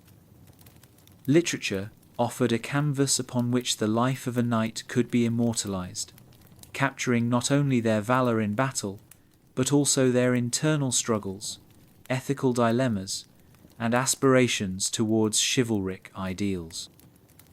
Tales of knights embarking on quests, grappling with insurmountable odds, and adhering to the code of chivalry provided not only entertainment, but an articulation of societal values, norms, and aspirations of the time. These stories, often embellished with allegory and symbolic meaning, transformed individual exploits into grand allegories of the human condition, exploring themes of honor, loyalty, and redemption. They resonated with audiences from the noble courts to the common folk, invoking a shared heritage of ideals that offered pathways for cultural cohesion and reflection on the wider moral implications of knighthood, effectively anchoring knights within the literary tradition and perpetuating their cultural influence beyond the physical and temporal constraints of their historical actuality. Knights themselves were patrons of literature, commissioning works that perpetuated their values and personal legacies. Through their patronage, knights facilitated the creation of manuscripts and supported poets and chroniclers who intertwined personal exploits with broader mythos, ensuring their deeds were not merely transitory, but immortalized in perpetuity. This sponsorship played a vital role in propagating the chivalric code throughout Europe, standardizing its tenets and preserving them as part of collective cultural memory. The dissemination of knightly stories through chansons de geste, troubadour ballads, and courtly romances helped propagate the chivalric ideal across lands and languages. These literary forms embraced themes of courtly love and adventurous quests, structuring narratives where love and duty entwined in complex plots, serving both as entertainment and moral instruction. Narratives such as those in the Arthurian legends and epics like The Song of Roland were coalescences of history, myth, and morality, shaping not only the perception of knighthood, but setting ethical benchmarks for conduct. They provided reflective critiques of societal values and encapsulated a vision where the practical and mystical aspects of knighthood converged, using the allegorical journey of knights to process collective fears and hopes, desires and doubts, thus becoming invaluable cultural conduits in medieval Europe's evolving narrative identity. The literary representation of knights, deeply entrenched in fantastical elements, also afforded space for exploring the personal over the political, emphasizing internal landscapes as much as external domains. Through introspective soliloquies and allegorical journeys, literature portrayed knights as complex characters experiencing moral and spiritual trials that paralleled their physical missions. These internal quests became metaphoric crucibles where knights sought virtues such as humility, compassion, and wisdom, transcending their martial exterior. The depiction of knights in literature ventured beyond the glorification of battles to delve into humanizing elements, imbuing them with doubts and vulnerabilities, moral ambiguities, and triumphs over personal failings. This exploration of a knight's internal world fostered empathy in audiences, reflecting a universal narrative of striving towards ideals amidst the frailties of human existence. The personal struggles faced by Sir Gawain in Sir Gawain and the Green Knight, for example, invite reflections on courage and fidelity against the backdrop of ethical challenges, illustrating the nuanced intersection where literary knights met the very real human quests for meaning and fulfillment. Such portrayals evolved not only perceptions of knighthood within their own era, but laid a foundational template upon which subsequent literatures built enduring archetypes of heroism and introspection. Over time, the ascendant ideals expressed through knightly literature infused other genres, inspiring successive generations of writers and thinkers. As medieval society transitioned through the Renaissance and the Enlightenment, the figure of knightly heroism began to evolve within the literary canon, from courtly epics to more humanistic portrayals characterized by nuanced, introspective qualities. This evolution continued through the Romantic period, where knights became allegorical beings reflecting the sentimental and revolutionary aspirations of the age. Scholarship and creative writing, examining the knight's journey, witnessed a rebirth, drawing upon these storied figures to critique, challenge, or commend contemporary values. Knights found new life within novels and poetry, situating them within modern discourses on identity, morality, and courage. Whether in direct representation or as inspiration for exploring human virtues and vices, knights became lodestars, guiding the narrative transformations underpinning literature's reflective and didactic purposes. In examining the knightly paradigm through successive artistic interpretations, one sees an enduring resonance where ancient motifs illuminate modern inquiries concerning justice, bravery, and the eternal quest for self-transcendence, highlighting literature's role in preserving cultural continuity and facilitating ideological evolution. The intricate relationship between knights and literature underscores the power of narrative to shape both historical perspective and cultural vision. By translating the lived experiences of knights into epic literary expressions, medieval society reinforced the principles that defined chivalric excellence, while also evolving them into adaptable truths that spoke to contemporary sensibilities. These literary explorations fostered a nuanced understanding of knighthood's multifaceted dimensions, allowing knights to transcend mere historical figures and become symbols of values and ethical pursuits that informed emerging cultural landscapes. This intricate tapestry of knightly literature thus extends an invitation to modern audiences, prompting exploration of how ideals embedded in mythos continue to manifest within personal and collective frameworks, challenging us to engage the tension between aspiration and reality. Through their dreams and dilemmas inked onto parchment, knights convey a testament to human endeavour, inviting reflection on our own paths towards purpose and meaning within the intertwined stories of our lives.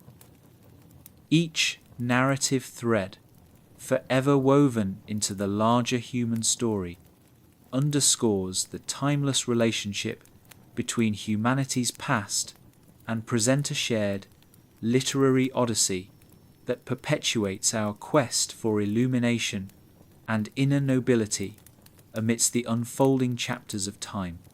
Segment expansion. Knights in decline. The decline of the knightly class is a poignant chapter in the medieval narrative, marking the transition from an age dominated by the clashing swords of armoured horsemen to one shaped by evolving socio-political currents and technological advancements. As the medieval period progressed into the later Middle Ages, the knight, once the paragon of martial prowess and chivalric ideals, began to face obsolescence in an era of changing warfare and social structure. Key to this transformation was the advent of new military technologies, such as the longbow and gunpowder, which shifted the balance of power away from heavily armoured cavalry to infantry and artillery units, undermining the tactical supremacy of the knightly charge. The longbow, exemplified most notably in the English victories during the 100 Years' War, exemplified technology's burgeoning ascendancy over traditional martial valour, delivering lethal precision from afar and diminishing the once indomitable might of mounted knights. Complementarily, the development of firearms and cannons rendered castle fortifications, long the bastions of knightly control and defence, increasingly vulnerable. This technological shift not only altered the nature of military engagements, but also signalled a profound evolution in the social order, wherein the knight's role was progressively subordinated to that of new military specialists and the fiscal armies financed by burgeoning monarchies. Simultaneous with the technological changes in warfare, the socio-economic structure of medieval Europe was undergoing profound transformations, which further contributed to the decline of knights. The rise of centralized nation-states, driven by powerful monarchies eager to consolidate their dominion, eroded feudal allegiances and moved political power towards the idea of a centralized authority, supported by standing armies instead of locally pledged knights.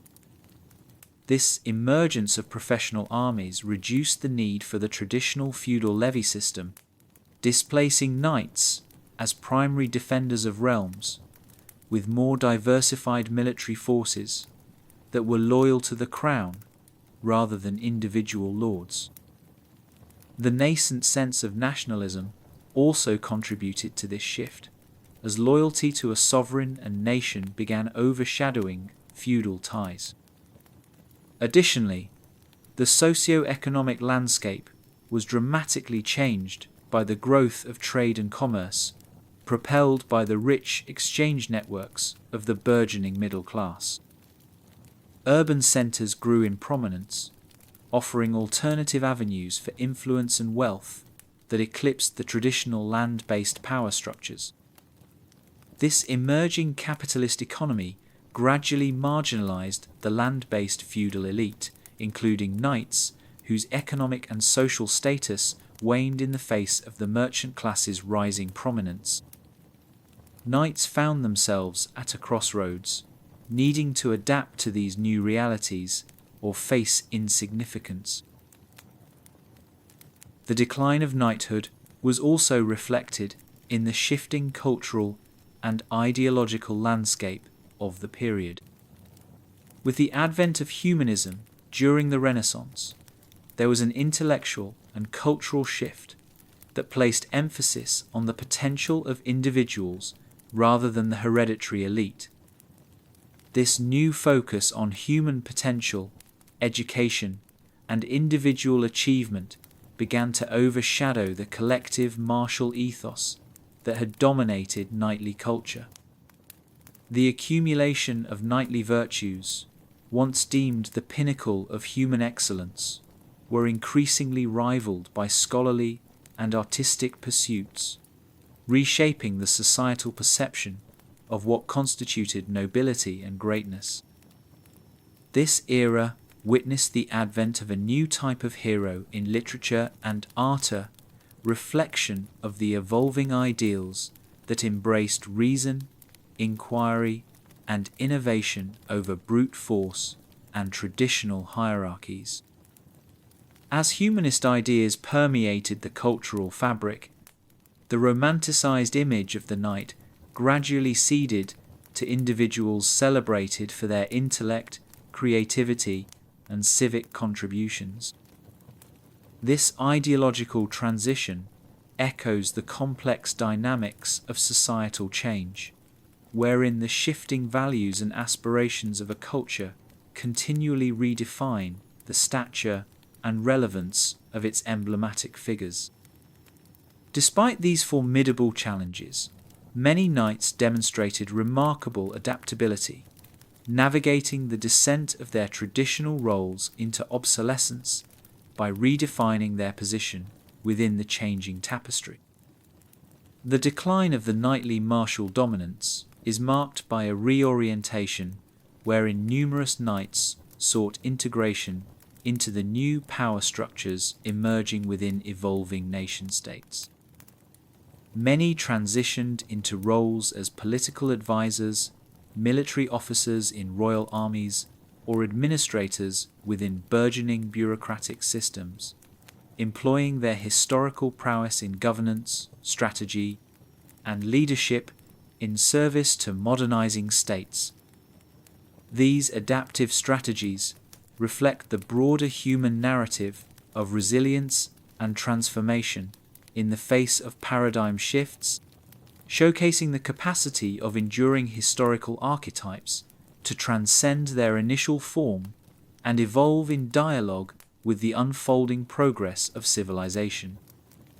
Knights who were successful in bridging this transition often retained their prominence and continued contributing significantly to the socio-political developments of their times, albeit in capacities aligned with the new socio-economic realities.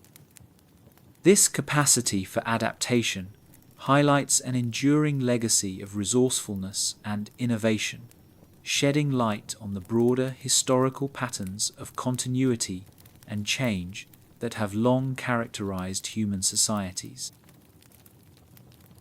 In public consciousness and across subsequent historiography, the narrative of the knight's decline has often been infused with nostalgia and romanticized reflections, yet it remains underpinned by the broader realities of transformation in social, technological, and political realms. The depiction of their fall is frequently juxtaposed against the backdrop of progress, navigating the nostalgia of a mythicized heroic past with the inexorable march of modernity.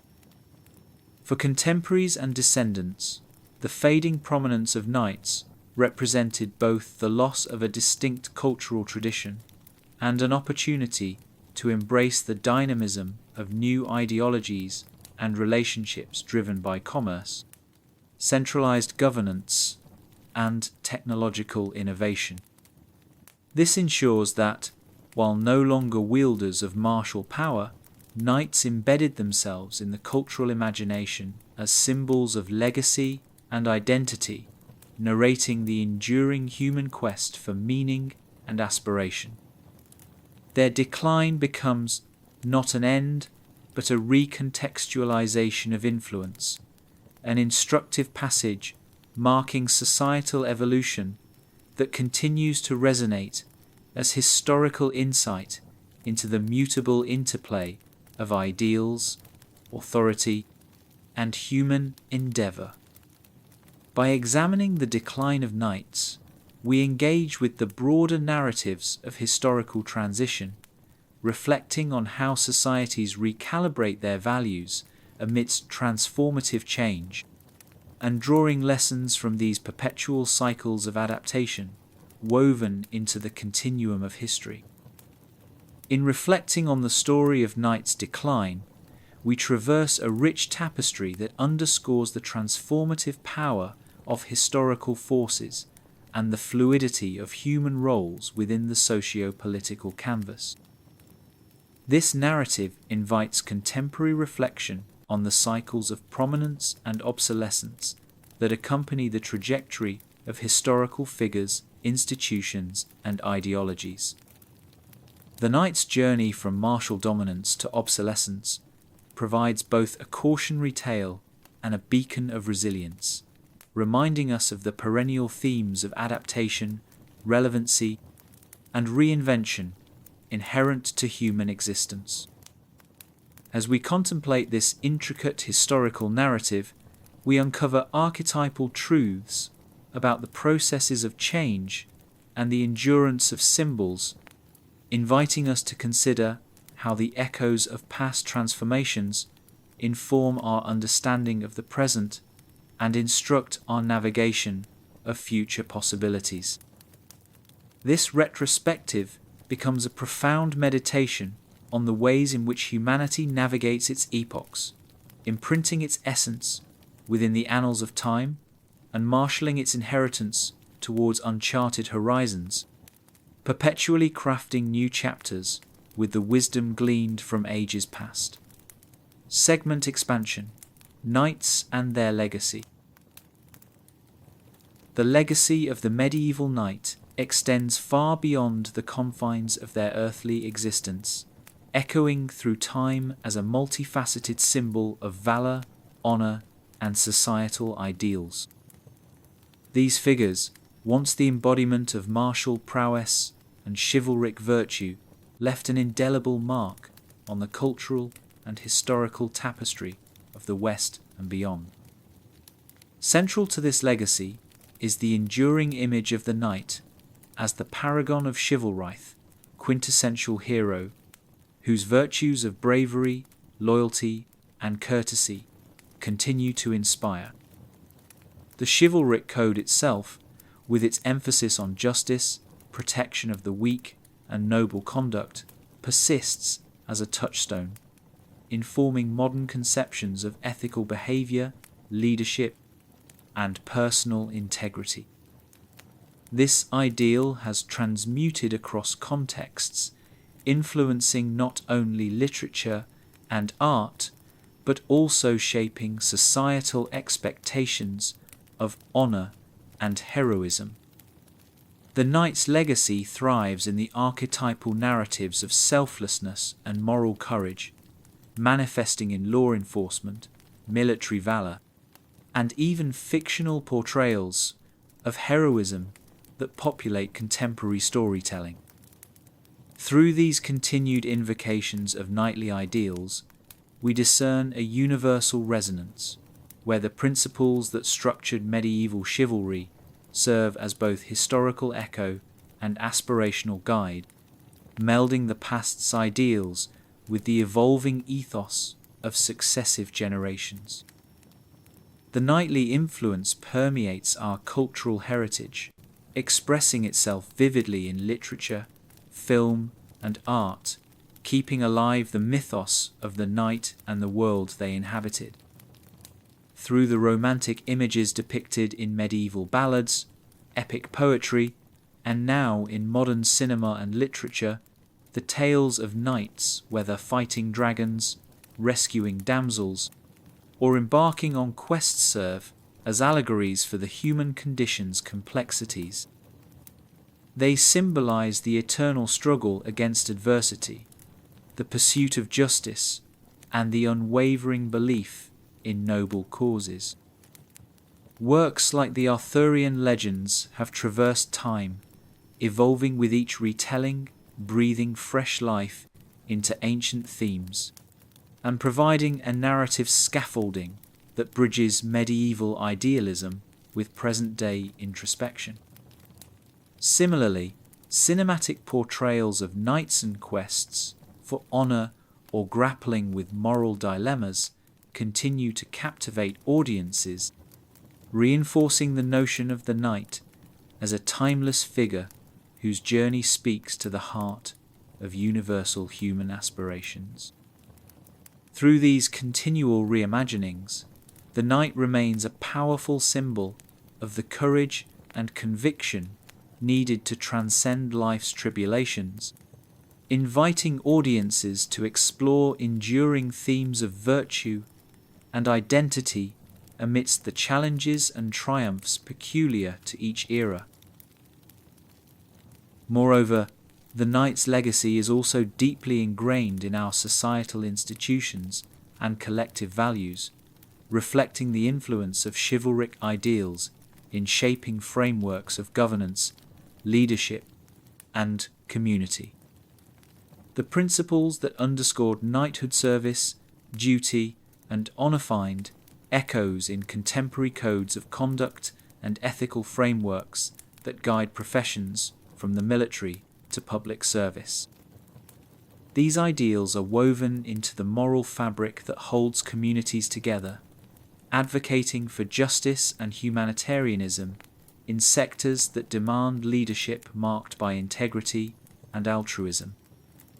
Furthermore, the symbolism of the knight as a defender of justice persistently informs modern legal and political rhetoric, underscoring the importance of integrity in stewardship and accountability in leadership roles. In educational environments, too, the narrative of the knight as a paragon of virtues serves as both an instructional metaphor and a source of inspiration, reinforcing values that foster personal growth and communal responsibility. Thus, the knight's legacy, while rooted in a historical framework, extends beyond merely romantic imagery or narrative trope, laying groundwork for societal norms that continue to evolve while heeding the virtues championed by these storied figures, underscoring their relevance across ever-changing landscapes of human interaction. In examining the knight's legacy, we also confront the complexities and contradictions inherent in their historical roles. Respected protectors, yet instruments of warfare, noble figures, yet human in their failings. These tensions reflect broader narratives of human nature and institutional dynamics, posing questions about the interplay between ideals and actions. While the chivalric code prescribed noble conduct, Historical accounts reveal knights embroiled in conflicts of power, honor, and morality, reflecting the dichotomy between the ideal and the reality of human behavior.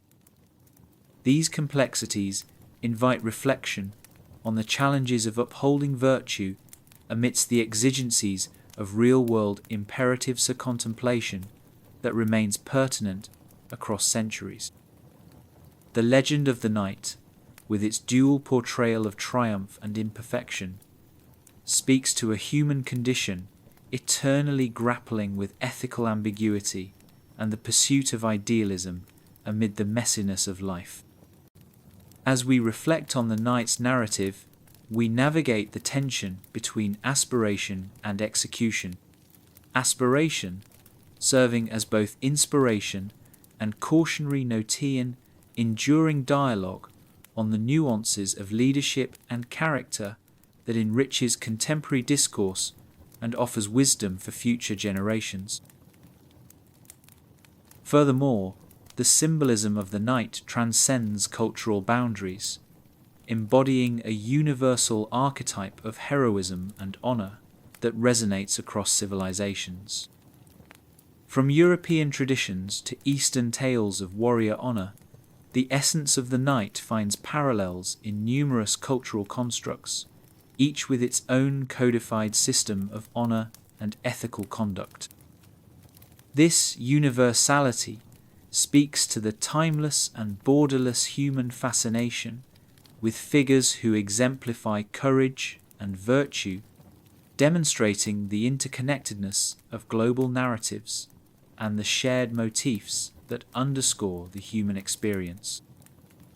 As part of this larger global tapestry, knights embody a cross-cultural dialogue on the nature of leadership and valor, akin to the samurai ethos in Japan or the chivalric codes found in various warrior traditions worldwide.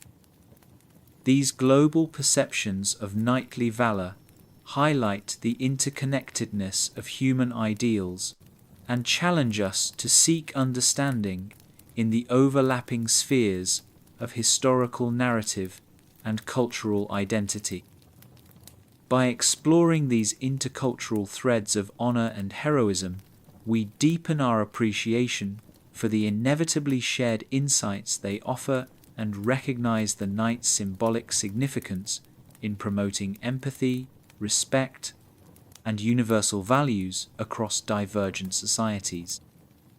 In reflecting on the multifaceted legacy of knights, we find a narrative that extends well beyond the confines of their historical reality, continuing to inform and inspire contemporary society.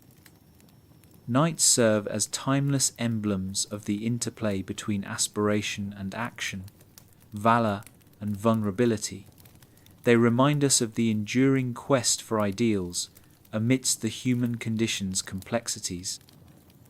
As cultural touchstones, the stories of knights both entertain and enlighten, guiding generations in the search for meaning and nobility, while providing frameworks for ethical behavior and community responsibility.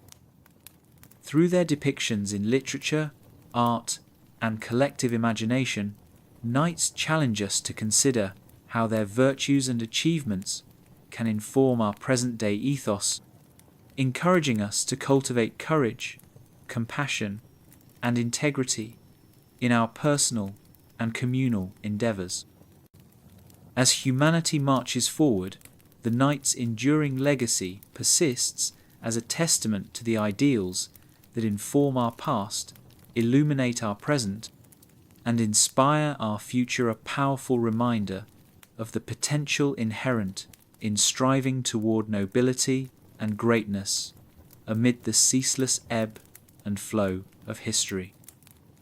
In their timeless narratives, we find not only reflections of a storied past, but also enduring pathways to harmony, understanding, and the fathomless pursuit of virtue. Segment expansion: Knights and Chivalric Orders. Knights and chivalric orders represent a fascinating convergence of military, religious, and social imperatives that profoundly influenced the fabric of medieval society and left a lasting legacy beyond their historical epoch. The formation of chivalric orders encapsulated the knightly ideals into organized entities that sought to embody and enhance the principles of chivalry and religious piety. These orders, such as the Knights Templar, Knights Hospitaller, and the Teutonic Knights, transcended the status of individual knighthood to become pivotal institutions of medieval Christendom, directly engaging in the defense of the faith, the protection of pilgrims, and the administration of occupied territories. Originating during the Crusades, these orders provided a structured hierarchy that fused monastic discipline with martial obligation, elevating knights to religious warriors committed to upholding the sanctity and expansion of Christian domains. This fusion of military and monastic life involved a rigorous code of conduct, emulating both the ascetic dedication of monks and the dutiful bravery of knights. Within these frameworks, knights found a collective identity that surpassed personal loyalty, orienting their endeavors towards communal goals that extended beyond the battlefield, encompassing spiritual duties and charitable activities that reflected broader societal engagement and organization. The establishment and operation of these orders were deeply entwined with the broader currents of medieval geopolitics, serving as instruments of both religious zeal and political strategy. Chivalric orders became formidable military forces in their own right, commanding significant resources and wielding substantial influence over strategic territories in the Holy Land and Europe. Their presence often shifted the balance of power during the turbulent periods of the Crusades and beyond, as they frequently acted as autonomous entities with allegiances to the papacy rather than regional monarchs. Financially, these orders controlled vast estates and amassed wealth through donations, bequests, and the privilege of managing entire economies of regions under their control. The Knights Templar, in particular, became renowned for their sophisticated financial systems, which facilitated the transfer of funds across great distances and contributed to the development of early banking techniques. Wealth and military influence afforded them a unique position within the medieval power structure, enabling them to act as financiers and advisors to monarchs, thereby embedding their influence within political and economic spheres. Thus, while they were bound to spiritual missions, their impact resonated across the political and economic landscapes of medieval Europe, reflecting a multifaceted role that spanned from devotional dedication to temporal authority. Moreover, the cultural and symbolic resonance of chivalric orders enhanced the social cachet of knighthood, imbuing it with a degree of sanctity and purpose that transcended individual endeavors. These orders propagated and maintained the ideals of chivalry, serving as exemplars of knightly conduct and spiritual devotion that captured the imagination and respect of contemporary society. Entry into such an order signified an elite status, conferring upon its members a prestigious identity emblematic of moral and religious alignment with the grander narratives of Christendom. Through elaborate ceremonies, distinctive regalia, and well-documented codes, these orders communicated their values, reinforcing chivalric ideals and extending their reach into the evolving cultural norms of nobility and duty. The close alignment with religious missions ensured that their symbols and stories permeated cultural consciousness, seeding narratives that extolled heroism, sanctity, and sacrifice.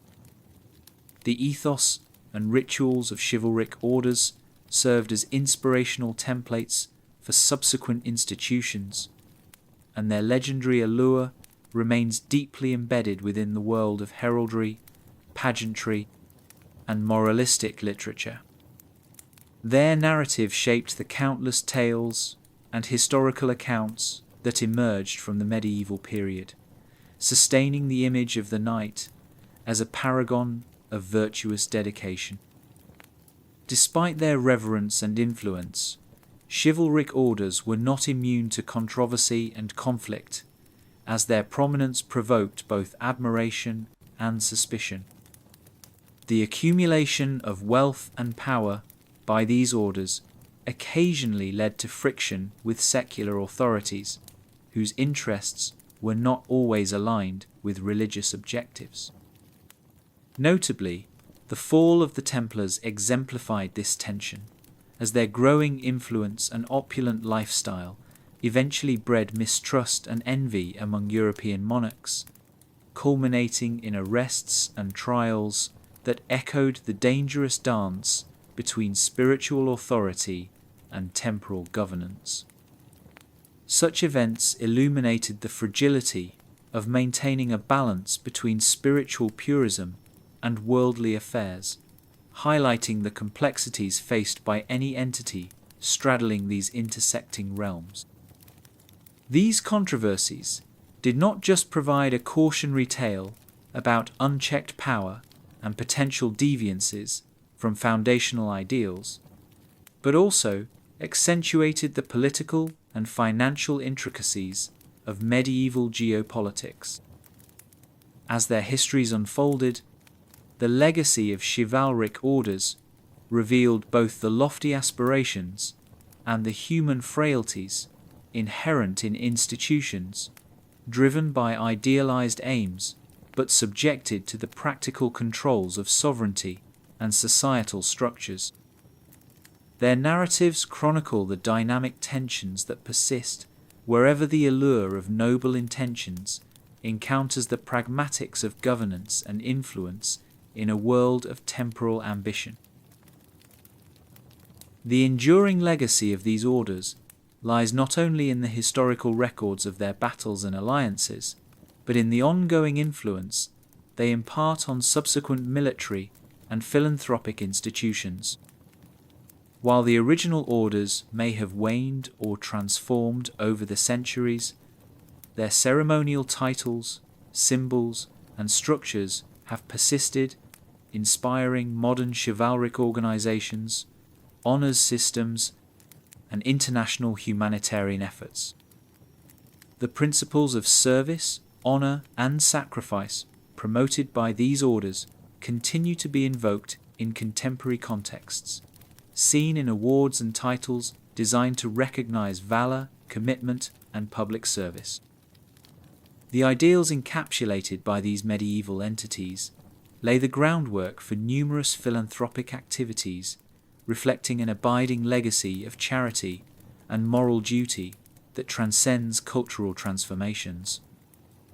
The modern philanthropic organizations can trace their ethical frameworks, in some sense, back to the chivalric ideal of aiding the needy and protecting the innocent, drawing from ideals to imbue moral guidance and purpose. Therefore, the resonance of chivalric orders continues to persist in societal structures and ethos beyond their medieval origins, where notions of virtue and service transcend their founding moment to shape evolving narratives of collective responsibility in an ever-changing world. In exploring the complex tapestry surrounding knights and chivalric orders, we uncover layers of significance that reveal much about the convergence of martial, religious, and social forces that defined medieval identity and governance.